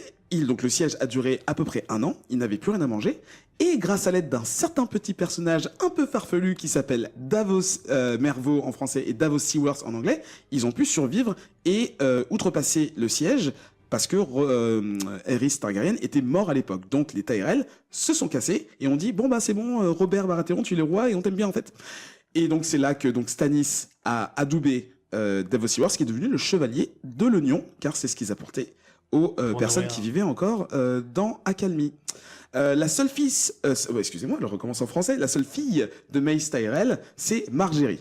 Tout le monde s'en rappelle avec ses yeux de chat, jouée par, je sais plus comment c'est, le dormeur, qui est magnifique, je l'adore. C'est la Benjamin en fait, c'est la dernière née, une beauté fatale, surnommée la petite rose dans les bouquins, chouchoutée par la grand-mère la plus cool du monde, Olenna Tyrell.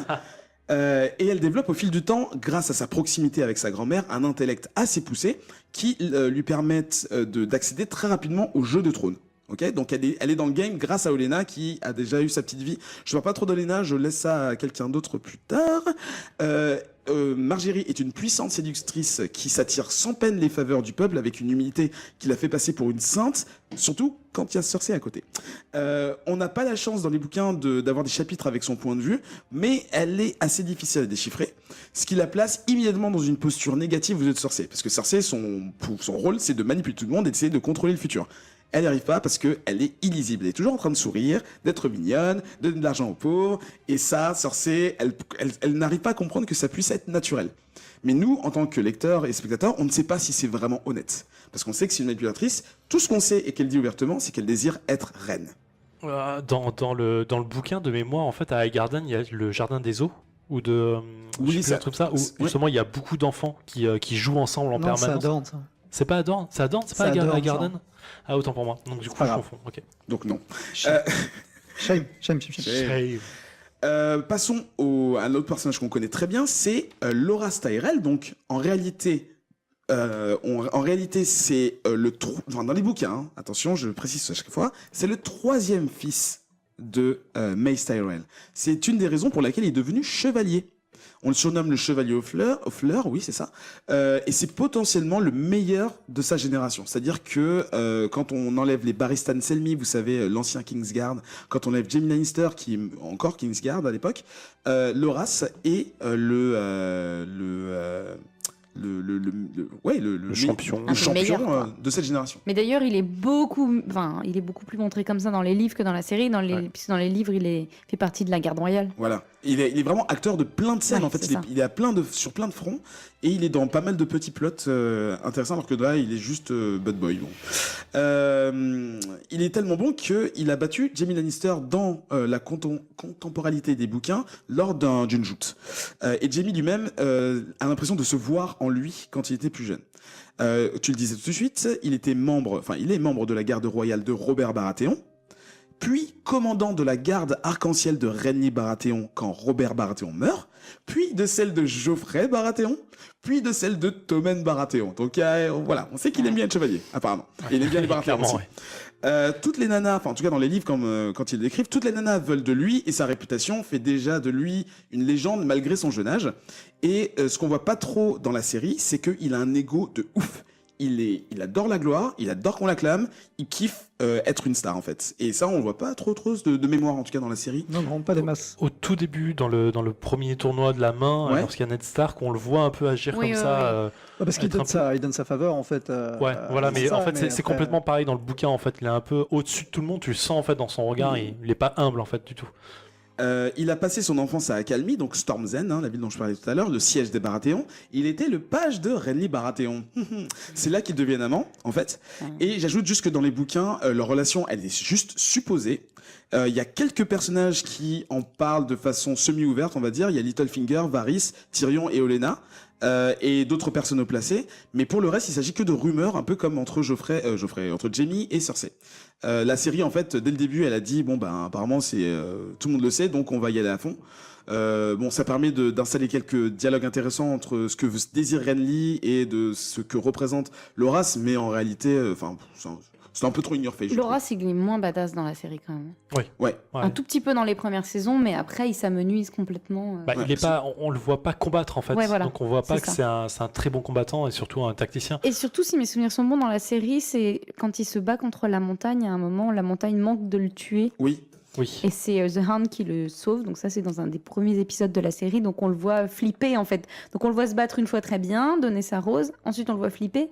Et après, on le revoit pas vraiment dans sa superbe de chevalier, quoi. Oui, clairement. Surtout dans le bouquin, il y a le fait qu'ils partent à Dragonstone pour libérer le truc. Oui. En fait, on voit que c'est un chef de guerre, on voit qu'il peut le faire. Oui, voilà. Enfin, il le sent en fait. Et là, c'est comme c'est complètement ignoré. Il est plus du tout sur un front de guerre et c'est un peu dommage.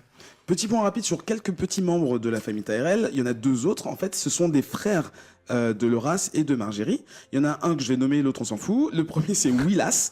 En fait, c'est le véritable C'est le héritier. boiteux. Voilà, c'est le boiteux. C'est le véritable héritier. C'est-à-dire que c'est le premier fils de Mace Tyrell. Il est beau, il est galant, il a tout ce qu'il veut, mais il a une jambe qui marche pas. Et du coup, même si on est quasiment certain que c'est lui qui reprendra le titre de seigneur au jardin, il n'y a pas beaucoup de nanas qui courent pour essayer de l'épouser. Et sans trop en révéler dans les bouquins, il y a aussi une tentative d'Olenna de marier Sansa, qui est donc à l'époque encore prisonnière à Port-Réal, en fait, pour la faire s'échapper de King's Landing, en fait. Oui. Lui permettre de vivre une vie paisible dans un endroit où il n'y a pas de guerre, où il y a plein de bouffe, où le mec est charmant et Et puis pour s'allier le Nord, quand même. Parce que Également. Lady Olenna, je Ouais, pense que ouais. c'est surtout ça qu'elle voit en Sansa. Hein. j'en viens Ouais, tout de suite. C'est Euh, génial. Enfin, dans le bouquin, vas-y. c'est super cool parce que Sansa, elle est vraiment dans le doute. Ouais. Elle pense d'ailleurs qu'elle va se marier avec Loras. Ouais. En fait, on lui dit non, ça va être le boiteux, quoi. Et elle redescend un petit peu sur terre. Et elle dit finalement, c'est peut-être pas trop mal. Et elle Ouais. s'accroche à ce rêve quand même, alors qu'à la Parce qu'il y a une base. Geoffrey de l'autre côté, quoi. Ouais, voilà. Et c'est complètement horrible dans le bouquin parce que quand tu vois que ça s'écroule complètement et qu'elle va être mariée à Geoffrey, c'est À Tyrion, à à Tyrion. à Tyrion, c'est complètement horrible en fait. Tu sens que sa descente aux enfers est encore là. Quoi. Et donc l'autre frère qui, même après mes recherches, n'a rien d'important. Et n'oublions pas donc Olenna Tyrell, de son vrai nom Olenna Redwine, qui n'est pas traduit en français, c'est Redwine aussi en français, mère de Mace, avec sa petite moustache, et grand-mère donc de Margaery et Loras. Alors, comme j'ai pas tout à fait fait les recherches pour Olenna, je suis désolé, j'avais cru comprendre autre chose. Tout ce que je peux dire de mémoire, c'est que la famille Redwine est une famille qui vient de la même région, du Bief, et qui a toujours été liée d'une façon ou d'une autre, soit militairement, soit par mariage au Tyrell, et que à la base dans sa jeunesse, Olenna Tyrell avait été promise au futur roi, mais il était plus jeune que lui, plus jeune qu'elle, à Rhaegar Targaryen. Il y avait tout un plot. Ouais. Il y avait un plot pour, une tentative de plot pour l'épouser, enfin la faire rentrer dans la famille royale par Rhaegar. Et pour finir très très rapidement, à cause de leur histoire, en fait, les Tyrell sont souvent considérés comme une famille arriviste et calculatrice. Rappelez-vous comment est-ce qu'ils sont arrivés au pouvoir, c'est-à-dire qu'ils n'ont pas participé à la guerre, mais comme ils étaient là, ils ont récupéré la région et le titre. C'est le nouveau riche, quoi. C'est exactement ça. Ils ont aussi à plusieurs reprises, on vient d'en parler, d'entrer dans une famille royale, et je vais vous faire un petit exemple, on va voir si vous vous rappelez de tout. Margaery avec Rhaenys Baratheon, oui. Margaery avec Tommen Baratheon, oui. Loras avec Cersei Lannister, est-ce que vous vous rappelez de ça? Ils voulaient destituer Loras de son statut de chevalier pour le permettre de se marier avec Cersei.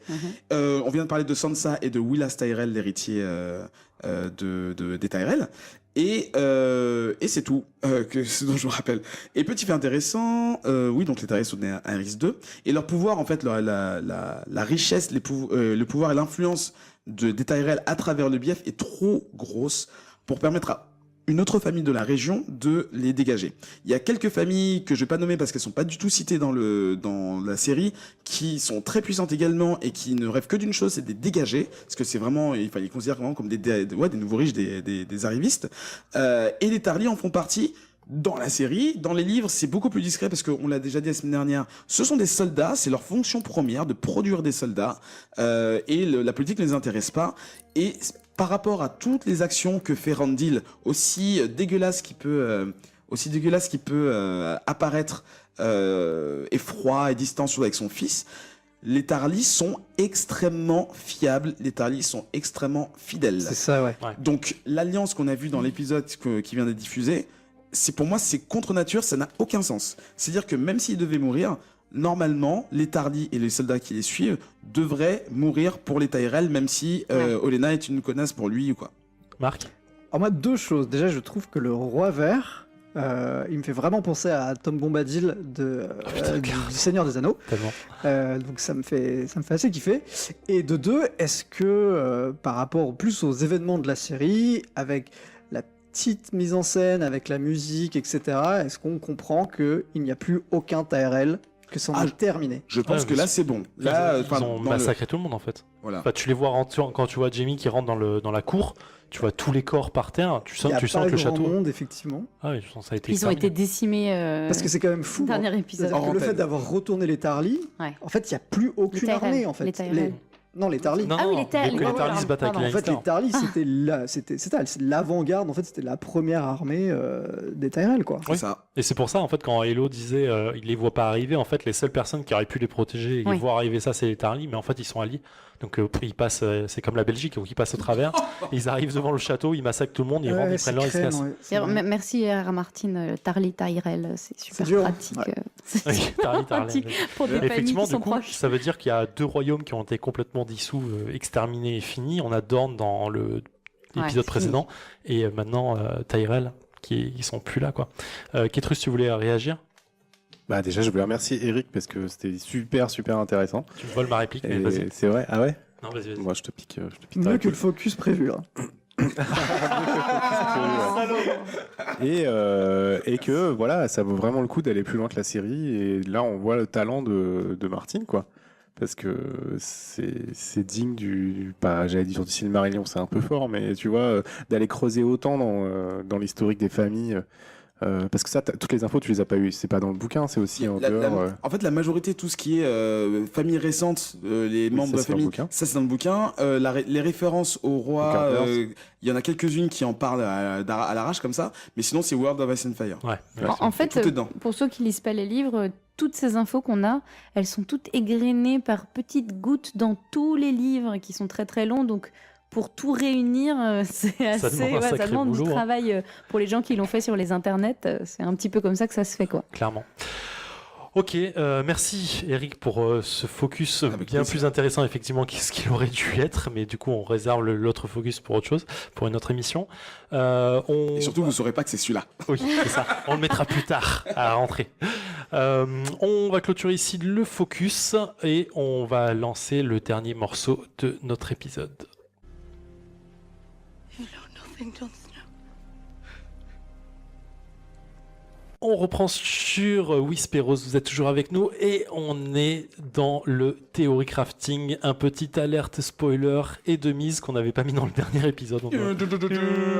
Voilà, dans cette séquence, qu'est-ce qu'on va faire? On va prendre tout l'épisode, grosso modo, des séquences clés qu'on a décryptées et même d'autres séquences qu'on n'a pas forcément regardées parce qu'à décrypter elles sont pas intéressantes, mais qui vont amener peut-être quelque chose. Et par tout notre savoir légendaire maintenant sur les internets multimédia, par tout ce qu'on connaît, et par tout ce qu'on a envie de théorie-crafter et peut-être ce qu'on a envie de voir par la suite, on va supposer et faire des théories un peu fumeuses par moment sur qu'est-ce qui va se passer dans le prochain épisode et comment la série, la saison 7 va peut-être terminer.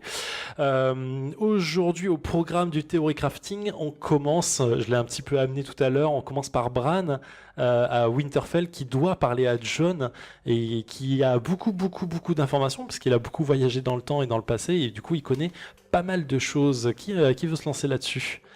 Hello? Je te vois lire tes fiches, mais Ouais, je te prends non, mais au j'ai dépourvu. pris des notes, voilà, j'ai fait vas-y. mes devoirs. Elle a pris son paquet de 22 pages, là. Non, arrête, c'est des A5, c'est bon, il n'y a pas grand-chose. Elles sont bien rangées en plus.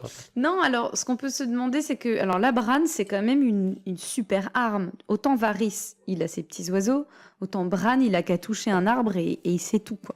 Ouais. Donc, c'est quand même surpuissant. Je me demande, dans une série comme ça, qu'est-ce qu'on peut faire d'un personnage comme ça qui est aussi surpuissant en termes de savoir? Mal le traiter. Vraiment, est-ce qu'on va le tuer, comme me mime Eric? Est-ce qu'on va nous le tuer ou pas? Moi, là, déjà, je me demande si Sansa va peut-être pas l'utiliser pour qu'un Stark règne à Winterfell. Et lui, il dit qu'il veut pas régner, mais bon, on ne sait pas ce qui peut se passer. C'est quand même le dernier fils vivant de Ned Stark, qui n'est pas un bâtard. Hein, voilà. Et du coup, voilà, est-ce qu'elle pourrait pas s'en servir? On ne sait pas ce que va faire Sansa encore une fois, donc est-ce qu'elle va utiliser son frère? Ce que j'ai dit tout à l'heure en prenant une avance sur le theory crafting, est-ce que Bran, c'est pas une grosse menace là aujourd'hui pour Littlefinger? Ouais, clairement. Ouais. S'il est censé tout savoir, comme il dit à sa sœur, je sais tout ce qui s'est passé avant, je sais tout ce qui se passe maintenant, donc il est quand même censé tout savoir. Donc pour Littlefinger, ça peut être danger. Et dis ce qu'il peut vraiment révéler par rapport à Littlefinger. alors, pour ce le qui coup, oui, un peu plus précis. effectivement. Ce qui est intéressant, c'est que dans cet épisode, Littlefinger, il explique à Sansa sa technique pour ne jamais être surpris. Voilà, comme on Mais disait. est-ce que dans sa technique pour ne jamais être surpris, il a prévu, la corneille à 3 yeux qui sait tout? Ou alors Je il est ne crois vraiment pas. tordu, quoi. Voilà, c'est ça. Le mec n'a absolument pas prévu ça. Et souvent, comme on disait la dernière fois, quand un personnage se montre très coquille, on va dire, voilà, moi je sais tout, je prévois tout. Quand il prend confiance. Bam, il y a Bran qui arrive et Bran, il sait vraiment tout. Il n'a pas besoin de l'imaginer, il touche son barral et il sait. Et du coup, comme Littlefinger avait trahi Ned Stark dans les premières saisons, Ouais. ça Bran, il peut tout à fait Alors, le il le savoir. trahit où? Il le trahit dans son bureau en lui promettant. Voilà, il lui promet la qu'il va lui garde, apporter les manteaux d'or pour C'est l'aider ça. à prendre la régence que lui a signé Robert avant de mourir. Mais est-ce que il y avait un barral à côté? Parce que moi, je suis resté sur cette idée-là. C'est-à-dire qu'en fait, il a la vue des barrals sur Non. tout Westeros pour moi. Et il peut incarner des animaux, il peut faire plein de choses, donc il peut être témoin de choses. Mais regarde la scène où on le voit dans la cour de Winterfell assister à son père qui se bat avec son frère. Il n'y a pas de barral dans la cour. Ketrus. Ni la naissance de Jon. hein. Ouais, il n'y a pas de barral. Il y a un barral en bas de la tour. C'est vrai? Ouais. Oh. C'est le mais truc qu'on voit, en fait, il arrive, il y a un c'est barral. vrai C'est au moins l'idée Ok. derrière D'accord. la corneille, c'est qu'elle était intégrée à même la Terre. En fait, elle a fusionné avec un barral de base, et c'est grâce à ça qu'en fait, elle avait un peu une vision panoramique de, Oui, c'est tout, vrai. de tout le monde. Mais... Nickel. Pour simplifier, je pense qu'il faut qu'on appelle ça le Winternet. Hein. Ah oui, on garde. Oui, c'est bien. Oui, j'aime bien ça. Internet. j'aime bien, Attends, j'aime ça bien. existe déjà, mais c'est plus simple. Le Winternet, j'adore. Ok, très bien. Sur ça, eh bien, oui, effectivement, le truc du barral, pourquoi pas. On l'a pas. Enfin, j'avais pas fait attention effectivement que c'était vraiment présent Ouais, quand mais- on voit une scène passer ou. Mais par rapport à ce qu'il dit à Sansa, ça colle plus trop. Parce qu'il dit oui, la nuit où t'as été violée, machin et tout. Il lui dit pas où t'as Juste été dit, t'as violée. une belle robe, c'est tout. Il avait dit t'avais une belle robe cette nuit-là, il y avait la neige qui tombait. Il lui dit je suis désolée pour tout ce qui t'est arrivé dans notre maison, mais il précise pas de quoi il parle. Nous, Ouais, je ouais, suppose. ouais, c'est vrai. Ils Et l'ont puis, oui, marié bah, à ouais. l'endroit où ils se parlent en plus. Et Oui, c'est vrai, effectivement, en c'est face vrai, du c'est bar, vrai. elle s'est mariée là, quoi. Oui, Eric. Juste un petit truc. Si ma théorie est la bonne, enfin, je sais pas ma théorie, mais dans les livres, dans le premier et deuxième livre, quand Sansa est encore à King's Landing, tous les soirs, ou à nombreuses reprises, elle s'échappe pour se cacher dans ce qu'ils appellent le Godswood, le bois sacré, Oui. Ouais. dans lequel se trouvent les Waurothri. Ouais.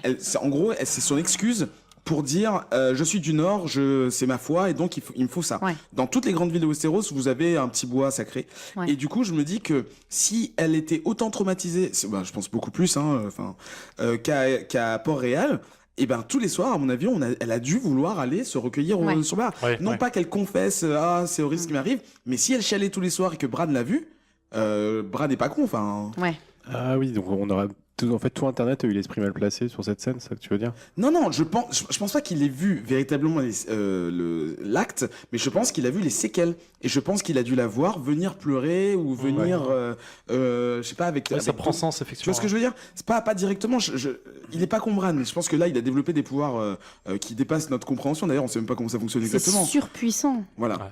En fait, je me dis que comme il peut aussi rentrer dans les corps, etc., comme on l'a vu avec Hodor, il doit avoir un lien en fait, d'empathie assez énorme, et de toute façon, il doit aussi deviner l'état de Sansa.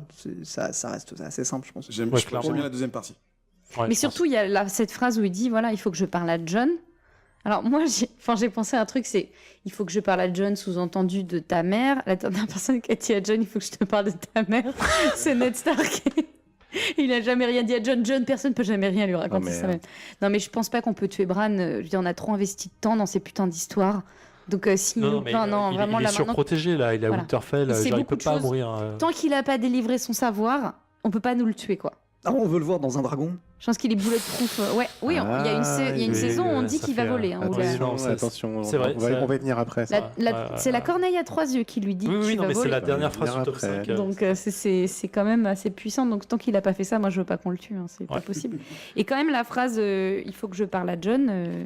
Elle peut changer beaucoup de choses dans le contexte politique actuel. Qu'est-ce que ça pourrait changer que John apprenne, Alors, au final. Vis-à-vis de non Daenerys, mais c'est ouf. c'est vrai qu'on l'a déjà évoqué dans les autres épisodes sans forcément revenir en détail dessus.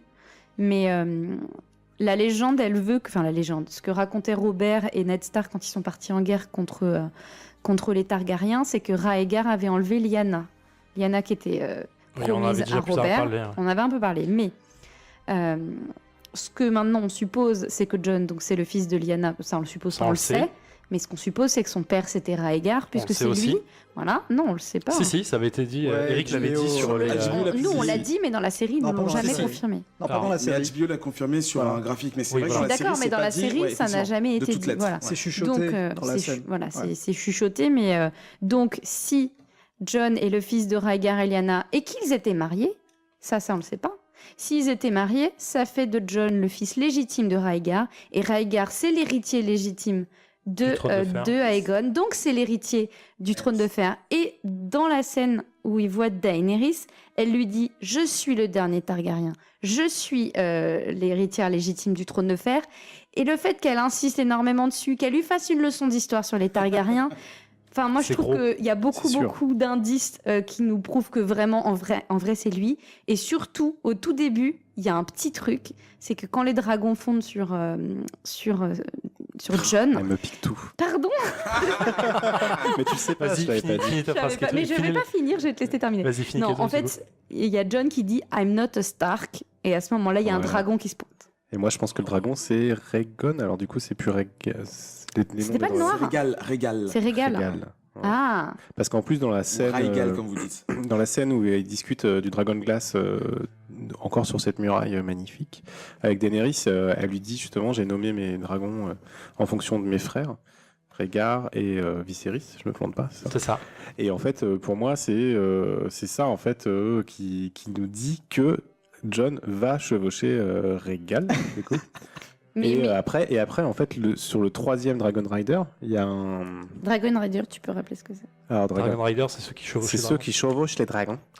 En français. Il n'y a que les Targaryens qui parce peuvent que le quand on faire. traduit en anglais, j'ai envie de faire. Le Dragon Rider. Et après, il y a plusieurs théories, mais dont une, c'est Bran aussi, parce que c'est aussi un descendant des Targaryens, parce que les Stark sont des descendants des Targaryens. Et Il y a une autre théorie. Non, mais non, les Stark sont pas pardon, non, c'est les Baratheons, pardon. C'est Tyrion. N'importe quoi. On parle de Tyrion. Tyrion, je parle de Tyrion. Et en fait, oui, il y a une théorie qui dit que c'est Tyrion, parce que c'est aussi un descendant de On Targaryen. s'éloigne vachement. Mais... Et après, il y a aussi une autre théorie que c'est Bran, le 3e chevaucheur de dragon, parce que quand il y a 3 yeux, lui permet de a dit rentrer dans les années. qu'il allait voler. Voilà. Comme ça. Pardon. Attends, Marc voulait réagir, mais je suis plus sur quoi du coup. Ouais, non, moi je me dis que si, en gros, Jon devient prétendant à la couronne Targaryenne, ça va être encore plus le bordel parce que là, il commence. Enfin, bon, il y a un petit move de Daenerys pour dire ok, je te fais confiance, je te file un petit truc, on verra plus tard pour notre histoire. Mais alors là, si elle apprend qu'en plus lui, il a des prétentions autres que juste roi du Nord, au secours. Oui, clairement. Hello, tu voulais. Ouais, et sur cette histoire de Dragon Rider, ce qui est intéressant, c'est qu'il y a une scène dont on n'a pas trop parlé où en fait Daenerys a dit bon, j'en ai marre de cette flotte de Euron là, moi je vais prendre mes dragons, je vais aller les cramer. Et on lui dit non, t'es trop importante. Et à ce moment-là, ils sont coincés parce qu'en fait, la seule personne qui peut monter sur les dragons, c'est Daenerys et on sent que c'est un problème. Du coup, le problème il commence à se poser et il va falloir qu'on trouve une solution. Et effectivement, les Dragon Rider, donc les descendants Targaryens, que ce soit des bâtards ou même des vrais Targaryens de sang pur, c'est les seuls qui peuvent monter sur les dragons. Amenez la corne. Non mais c'est vrai, la réflexion est intéressante. Du coup, ça amène le problème est qui va monter dessus finalement. Bah oui. Là aujourd'hui, les trois vraies possibilités, elles sont toutes réunies à Dragonstone. Ouais. Ketrus, pour finir. Non, John, sur sûr. Non, c'est pas sur ça en fait, c'est pour finir sur Bran. Oui, sur finir sur ce theory crafting là en fait. C'est même pas un theory crafting, c'est que vous imaginez un peu la combo Bran-Arya. Le mec qui voit tout et la nana qui peut tout faire. L'informateur et l'assassin génial. C'est le professeur Xavier et je sais pas, Mystique. Parce que dans mon théorie crafting, parce qu'on m'a pas demandé, en fait, moi j'anticipe la rencontre entre Arya et Bran parce que je pense que c'est les deux personnes qui ont vécu, les deux personnes magiques, les deux problèmes magiques les plus lourds, même si ce que Sansa a vécu, il y a rien de pire, mais on leur a mis tous les deux des destins, je trouve, très très lourds. Il y en a un, donc c'est de décider de savoir ce qui va se passer, de dire à qui les bonnes choses pour que tout s'enclenche.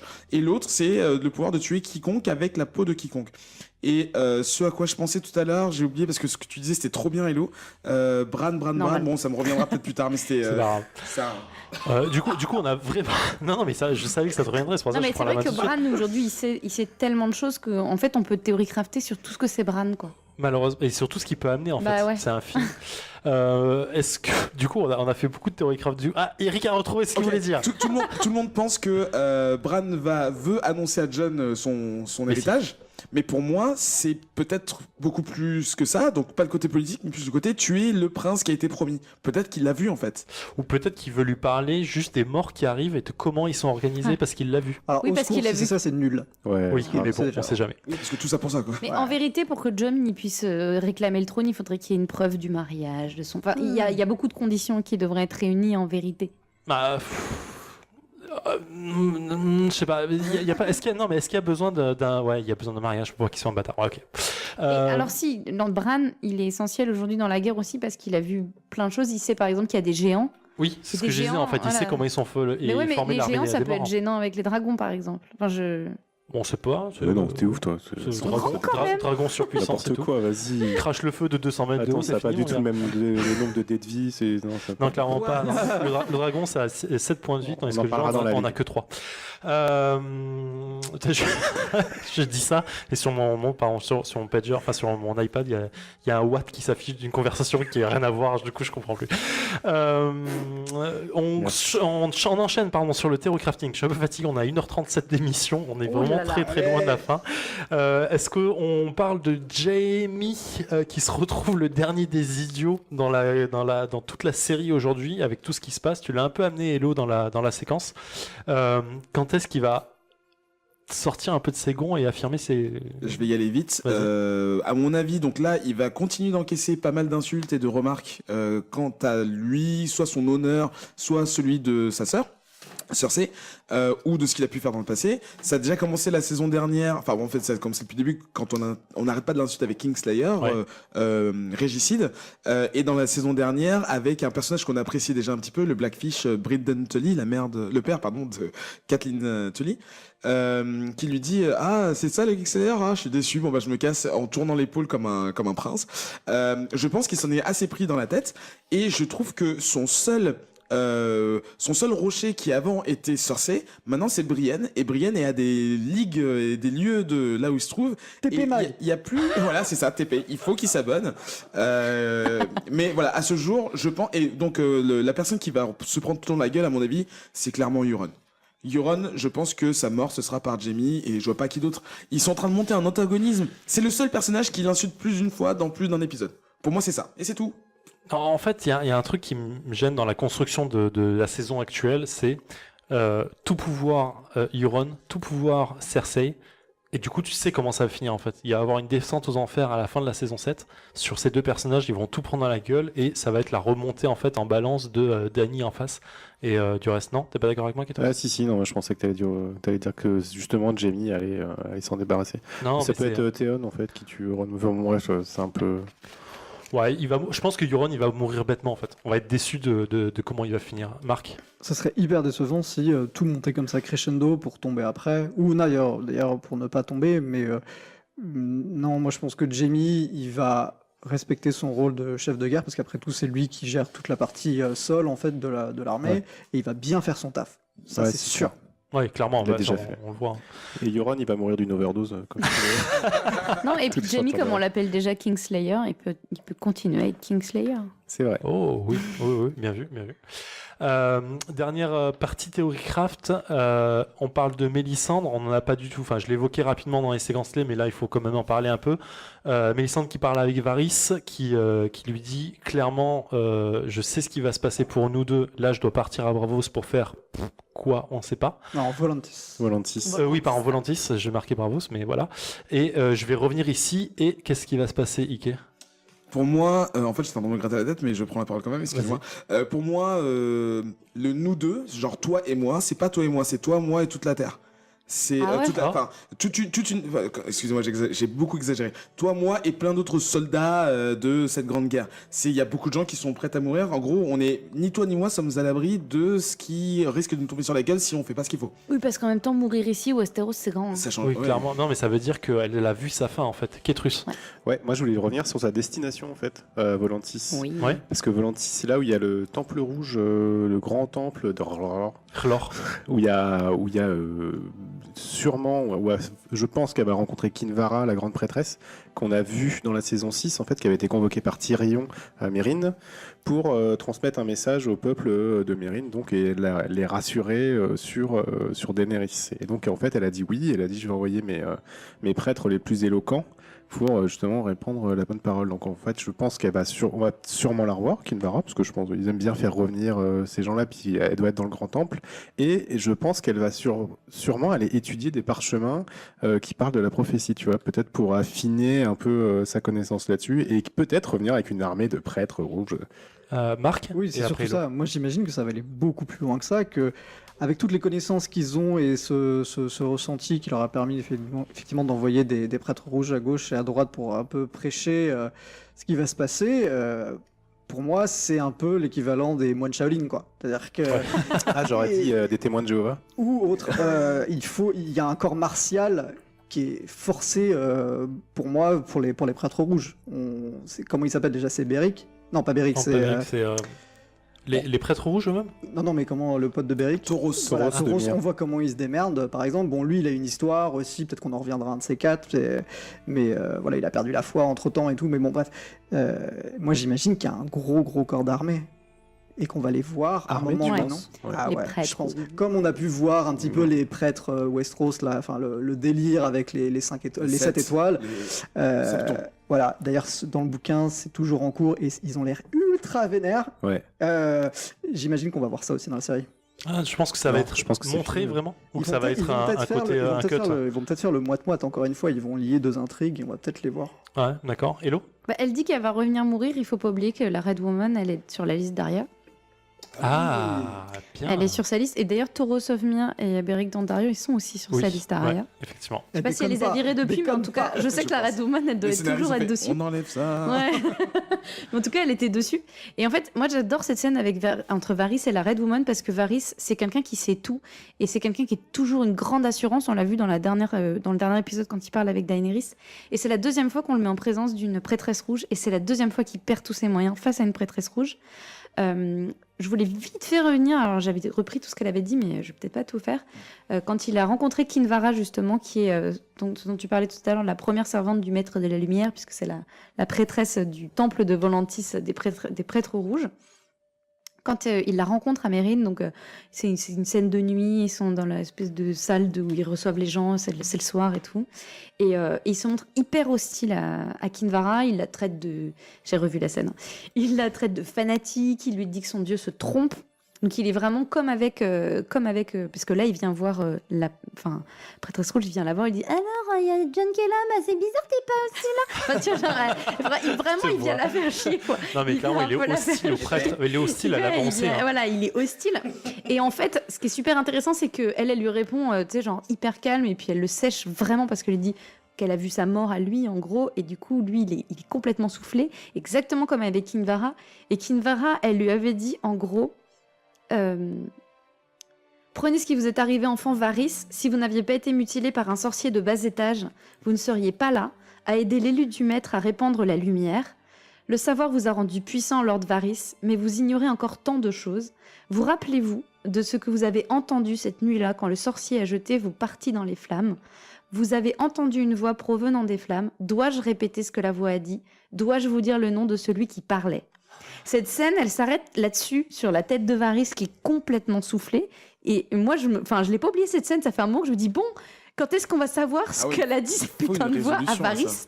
Et là, c'est un peu, tu vois, c'est pas une redite de cette scène, mais c'est encore une prêtresse rouge qui le sèche, qui lui fait une prédiction. Et lui, il sait pas quoi répondre et il est sans voix, quoi. Bah, clairement, là, qu'est-ce qu'on peut imaginer sur cette voix, en fait, qu'elle lui annonce sa mort ou comment il va mourir? Mais je sais pas, et ça me rend folle, j'aimerais vraiment savoir. Okay. Perso, vu la mythologie des prêtres rouges et du dieu qui sont très très vagues, et c'est que des éléments qu'on coud les uns aux autres sans avoir un plan parfait. Picture, mon gars.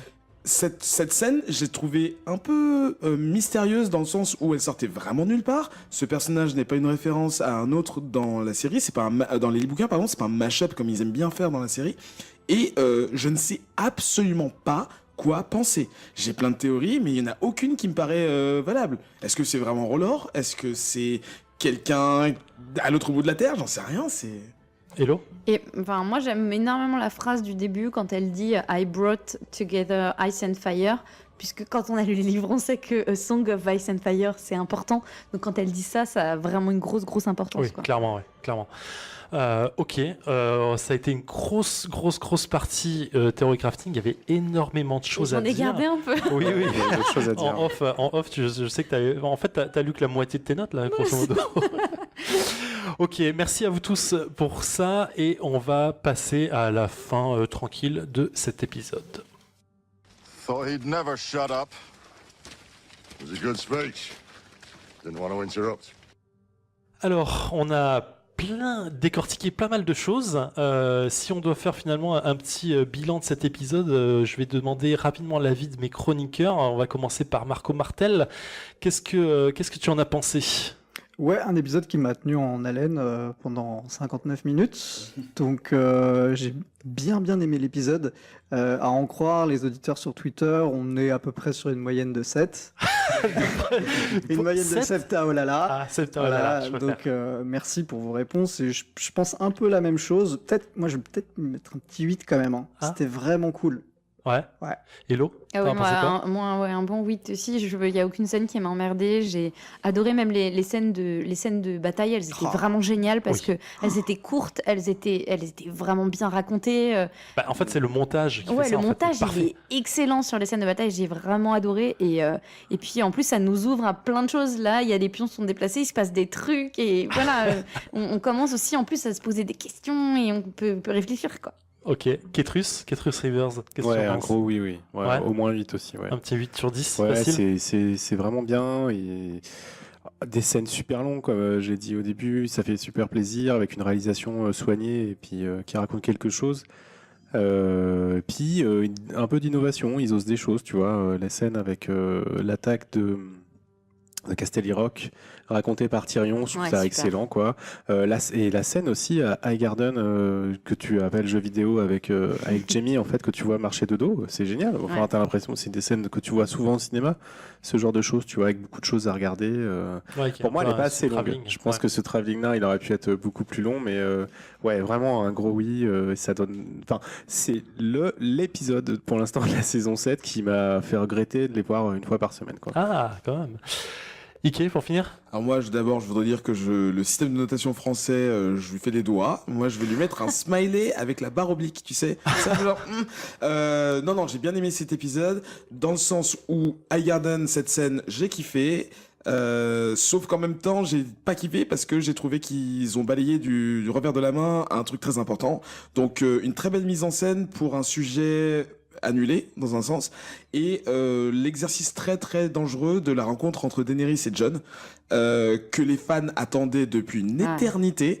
Je trouve qu'elle a été très très bien faite. Ouais. L'analyse qu'on a faite était plutôt cool, mais enfin en fait Ketrust a réussi à déterrer des histoires de mise en scène qui font que je pense que les scénaristes ont travaillé très très longtemps pour faire que cette scène Hyper soigné. soit pas le plus parfait possible. Et je trouve voilà que le soin qu'ils ont apporté à ça, et ben il se sent. Et que c'est une scène extrêmement satisfaisante. Elle ne va pas dans un sens, elle va pas tout à fait dans l'autre. On reste sur un pied d'égalité, on va dire, et tout ce que ça donne envie, c'est de voir la suite, leur prochaine rencontre. Tellement. Et c'était en plus scène d'ouverture, quoi. Oui. Extrêmement bien exécuté, donc En fait, rien à elle dire. te met un grande claque dans la gueule, et puis surtout, elle te laisse sur ta faim, Voilà. un peu, mais t'as envie de voir la Ouais. suite. Hein. Elle aurait pas pu être plus courte, je pense. Hein. Sinon, Non. on n'aurait Et pas puis trop c'est- cru. C'est pas une grosse scène de baston, et alors que pour moi, c'est la scène la plus importante de cet épisode-là, quoi. Ouais, clairement. Ok, merci à tous. On va passer au Cormeil, qu'on a appelé ça dans la Cormeil la semaine dernière. Donc le courrier des auditeurs. On a eu 3 questions via Twitter cette semaine. Donc une de, alors c'est Vegan Dissonance. Merci à toi hein, pour le coup. À savoir, est-ce que Sam va trouver la recette de l'acier valérien On pense que oui. Par On logique. espère bien qu'il va avoir une récompense dans tous ces parchemins Ouais. qui va En fait, c'est pas droppé au hasard, à mon avis. Oui, C'est voilà. mis dans l'épisode. Non, Parce que le Dragon Blast, c'est bien joli, mais l'acier valérien. ça C'est fait vachement des épées, random quand Ouais. même s'il Ouais. devine un truc qui a été oublié depuis des millénaires, quoi. Bah, là, il le dit, comme il le dit, l'archimestre, en fait, les parchemins ont été oubliés et poussiéreux depuis longtemps. Quoi. Ouais. Donc, sous-entendu, il y a peut-être un truc Ouais. dedans. Quoi. Faut qu'il les lire, quoi. Moi, je pense qu'il va trouver la recette sur 750 grammes de métal. Merde, je l'ai pas. Ok, ok.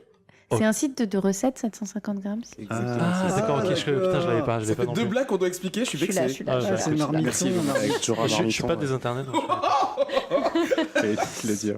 Non mais il va la trouver la recette, mais c'est horrible de dire ça. Mais, c'est le pouvoir, mais le pouvoir de après, Dieu. apparemment il y a des bons artisans à King's Landing qui ont réussi à se séparer 2 épées, donc enfin une épée Oui, à en faire 2. Il y c'est a vrai. peut-être moyen effectivement. Non, clairement. Une deuxième question de Nuti, à laquelle on a répondu. Y a-t-il une note du dernier épisode 7 sur 10. 7 oh là là, La moyenne entre nous elle est plus autour de 8 7 oh là là. clairement. C'est quoi du coup le niveau? C'est quoi, 8 du coup? Alors attendez, faut que je cherche. Pour la semaine prochaine, on va te donner des devoirs. Tu vas trouver des notes pour chaque, Ah, je vais trouver. chaque chiffre. Et une dernière question à laquelle on a déjà répondu aussi. Joe Cavas. Donc, est-ce que le sorcier qui a coupé Varys est un prêtre rouge ou un fidèle de l'or? Non, puisqu'elle. Et voilà. Ça, c'était dans une autre saison. On a dit que c'était un sorcier de bas étage. Qui est auquel il a retrouvé d'ailleurs. Il a retrouvé, la caisse a été livrée, on le voit ouvrir la caisse en disant Ouais. Tu te souviens de moi mon gars? Et il ferme la caisse. Voilà, merci à tous, merci pour cet épisode un poil plus long. Hein. Mais Ouais, c'était bien, attention, c'était bien. Très très très bien, à mon avis il y a encore trop de toujours, choses à dire, on a comme coupé toujours. des choses en live. Je vous rappelle que donc Whisperos c'est une émission qui est produite par Radio Kawa et qu'on remercie très largement de nous donner une antenne d'écoute. N'hésitez pas à nous contacter donc sur Twitter @whisperos pour nous parler. On vous répond aussi rapidement que possible. Il y a Marco Martel qui mettra des petits sondages régulièrement pour savoir qu'est-ce que vous pensez des épisodes et ainsi de suite. On va poster sûrement demain un petit sondage aussi pour probabilité de fin de saison, c'est pas, il y a peut-être des choses qui sont en Ah oui, préparation. pourquoi Voilà. pas. Ok. Voilà, n'hésitez pas à venir nous voir aussi sur Facebook. Il y a un groupe Facebook fermé qui s'appelle Les Moineaux, c'est ça, Hello? Little Birds. Little Birds, qu'on va mettre un La petit France. peu plus en avant pour vous inviter dessus, auquel vous pouvez essayer de discuter avec nous et entre vous de la série et des bouquins. N'hésitez pas à venir nous voir aussi sur iTunes, nous mettre des petites étoiles à 5 étoiles, c'est pour nous proposer aussi des focus sur lesquels on peut développer dans les épisodes suivants. Oui, Donnez-moi Eric. du travail. Voilà, parce que Eric travaille super bien ça, en plus de ses éditos, je suis jaloux. Voilà, on se retrouve dans une semaine, samedi à 18h. Je vais dire au revoir à mes chroniqueurs, sinon je vais clôturer comme ça, ce serait très moche. Merci Marco Martel de ta Merci, présence. Zef. Salut. C'était Très trop cool. bien. On te retrouve où, Marco? Oh, comme d'hab, Totsmark. venez me parler sur Twitter. Voilà. Ouais. Hello, on te retrouve où? Éléonore Bridge. Voilà, et chez Disney par ailleurs. Ah oui, Disneyland Paris. Disneyland Paris. Merci Eric. Oui, vous me retrouvez sur Twitter. Je pense que je vais changer pour Jora Marmiton. Je vais faire un jeu de mots là-dessus, ça va être... Donc je donne pas ma vraie adresse. Ah, trop tard. Voilà, c'est fait. Et merci Ketrus, merci à toi. Bah, merci à toi. Et on te retrouve aussi sur Comics Outcast, sur la Ligue. Ouais, et sur. Bah oui, parce que les gens vont écouter. On fait une émission en live pour C'est la vrai, Ligue, ouais, une émission deux spéciale émissions sur qui sortent Candoria. très rapidement. Allez voir sur notre Facebook. live. T'es partout en fait. La prochaine émission de la Ligue, là, ça sera du coup décalé, parce on sort normalement le samedi à 18h aussi, mais là, ça sera décalé dimanche à 18h pour Whisperos.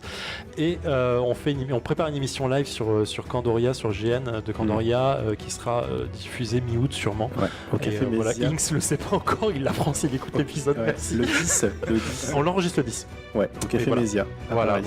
Donc, Inks, si vous tu voulez veux, tu peux encore passer tout annuler. Non, pas encore, Tu as le pas pouvoir. Trop tard, on l'a nous voir. Si dit. vous voulez passer Exprime-toi. nous voir, n'hésitez pas, jeudi Vite, 10 Inks, août au dépêche-toi. Café Appelle-moi, Mésia les amis. 2.0 à côté de Répu. On annule tout. Allez, ciao, ciao, on se retrouve dans une semaine. Merci les petits oiseaux. Ciao, ciao. Whisperos, on s'est pas trompé cette fois. Oh. Inks.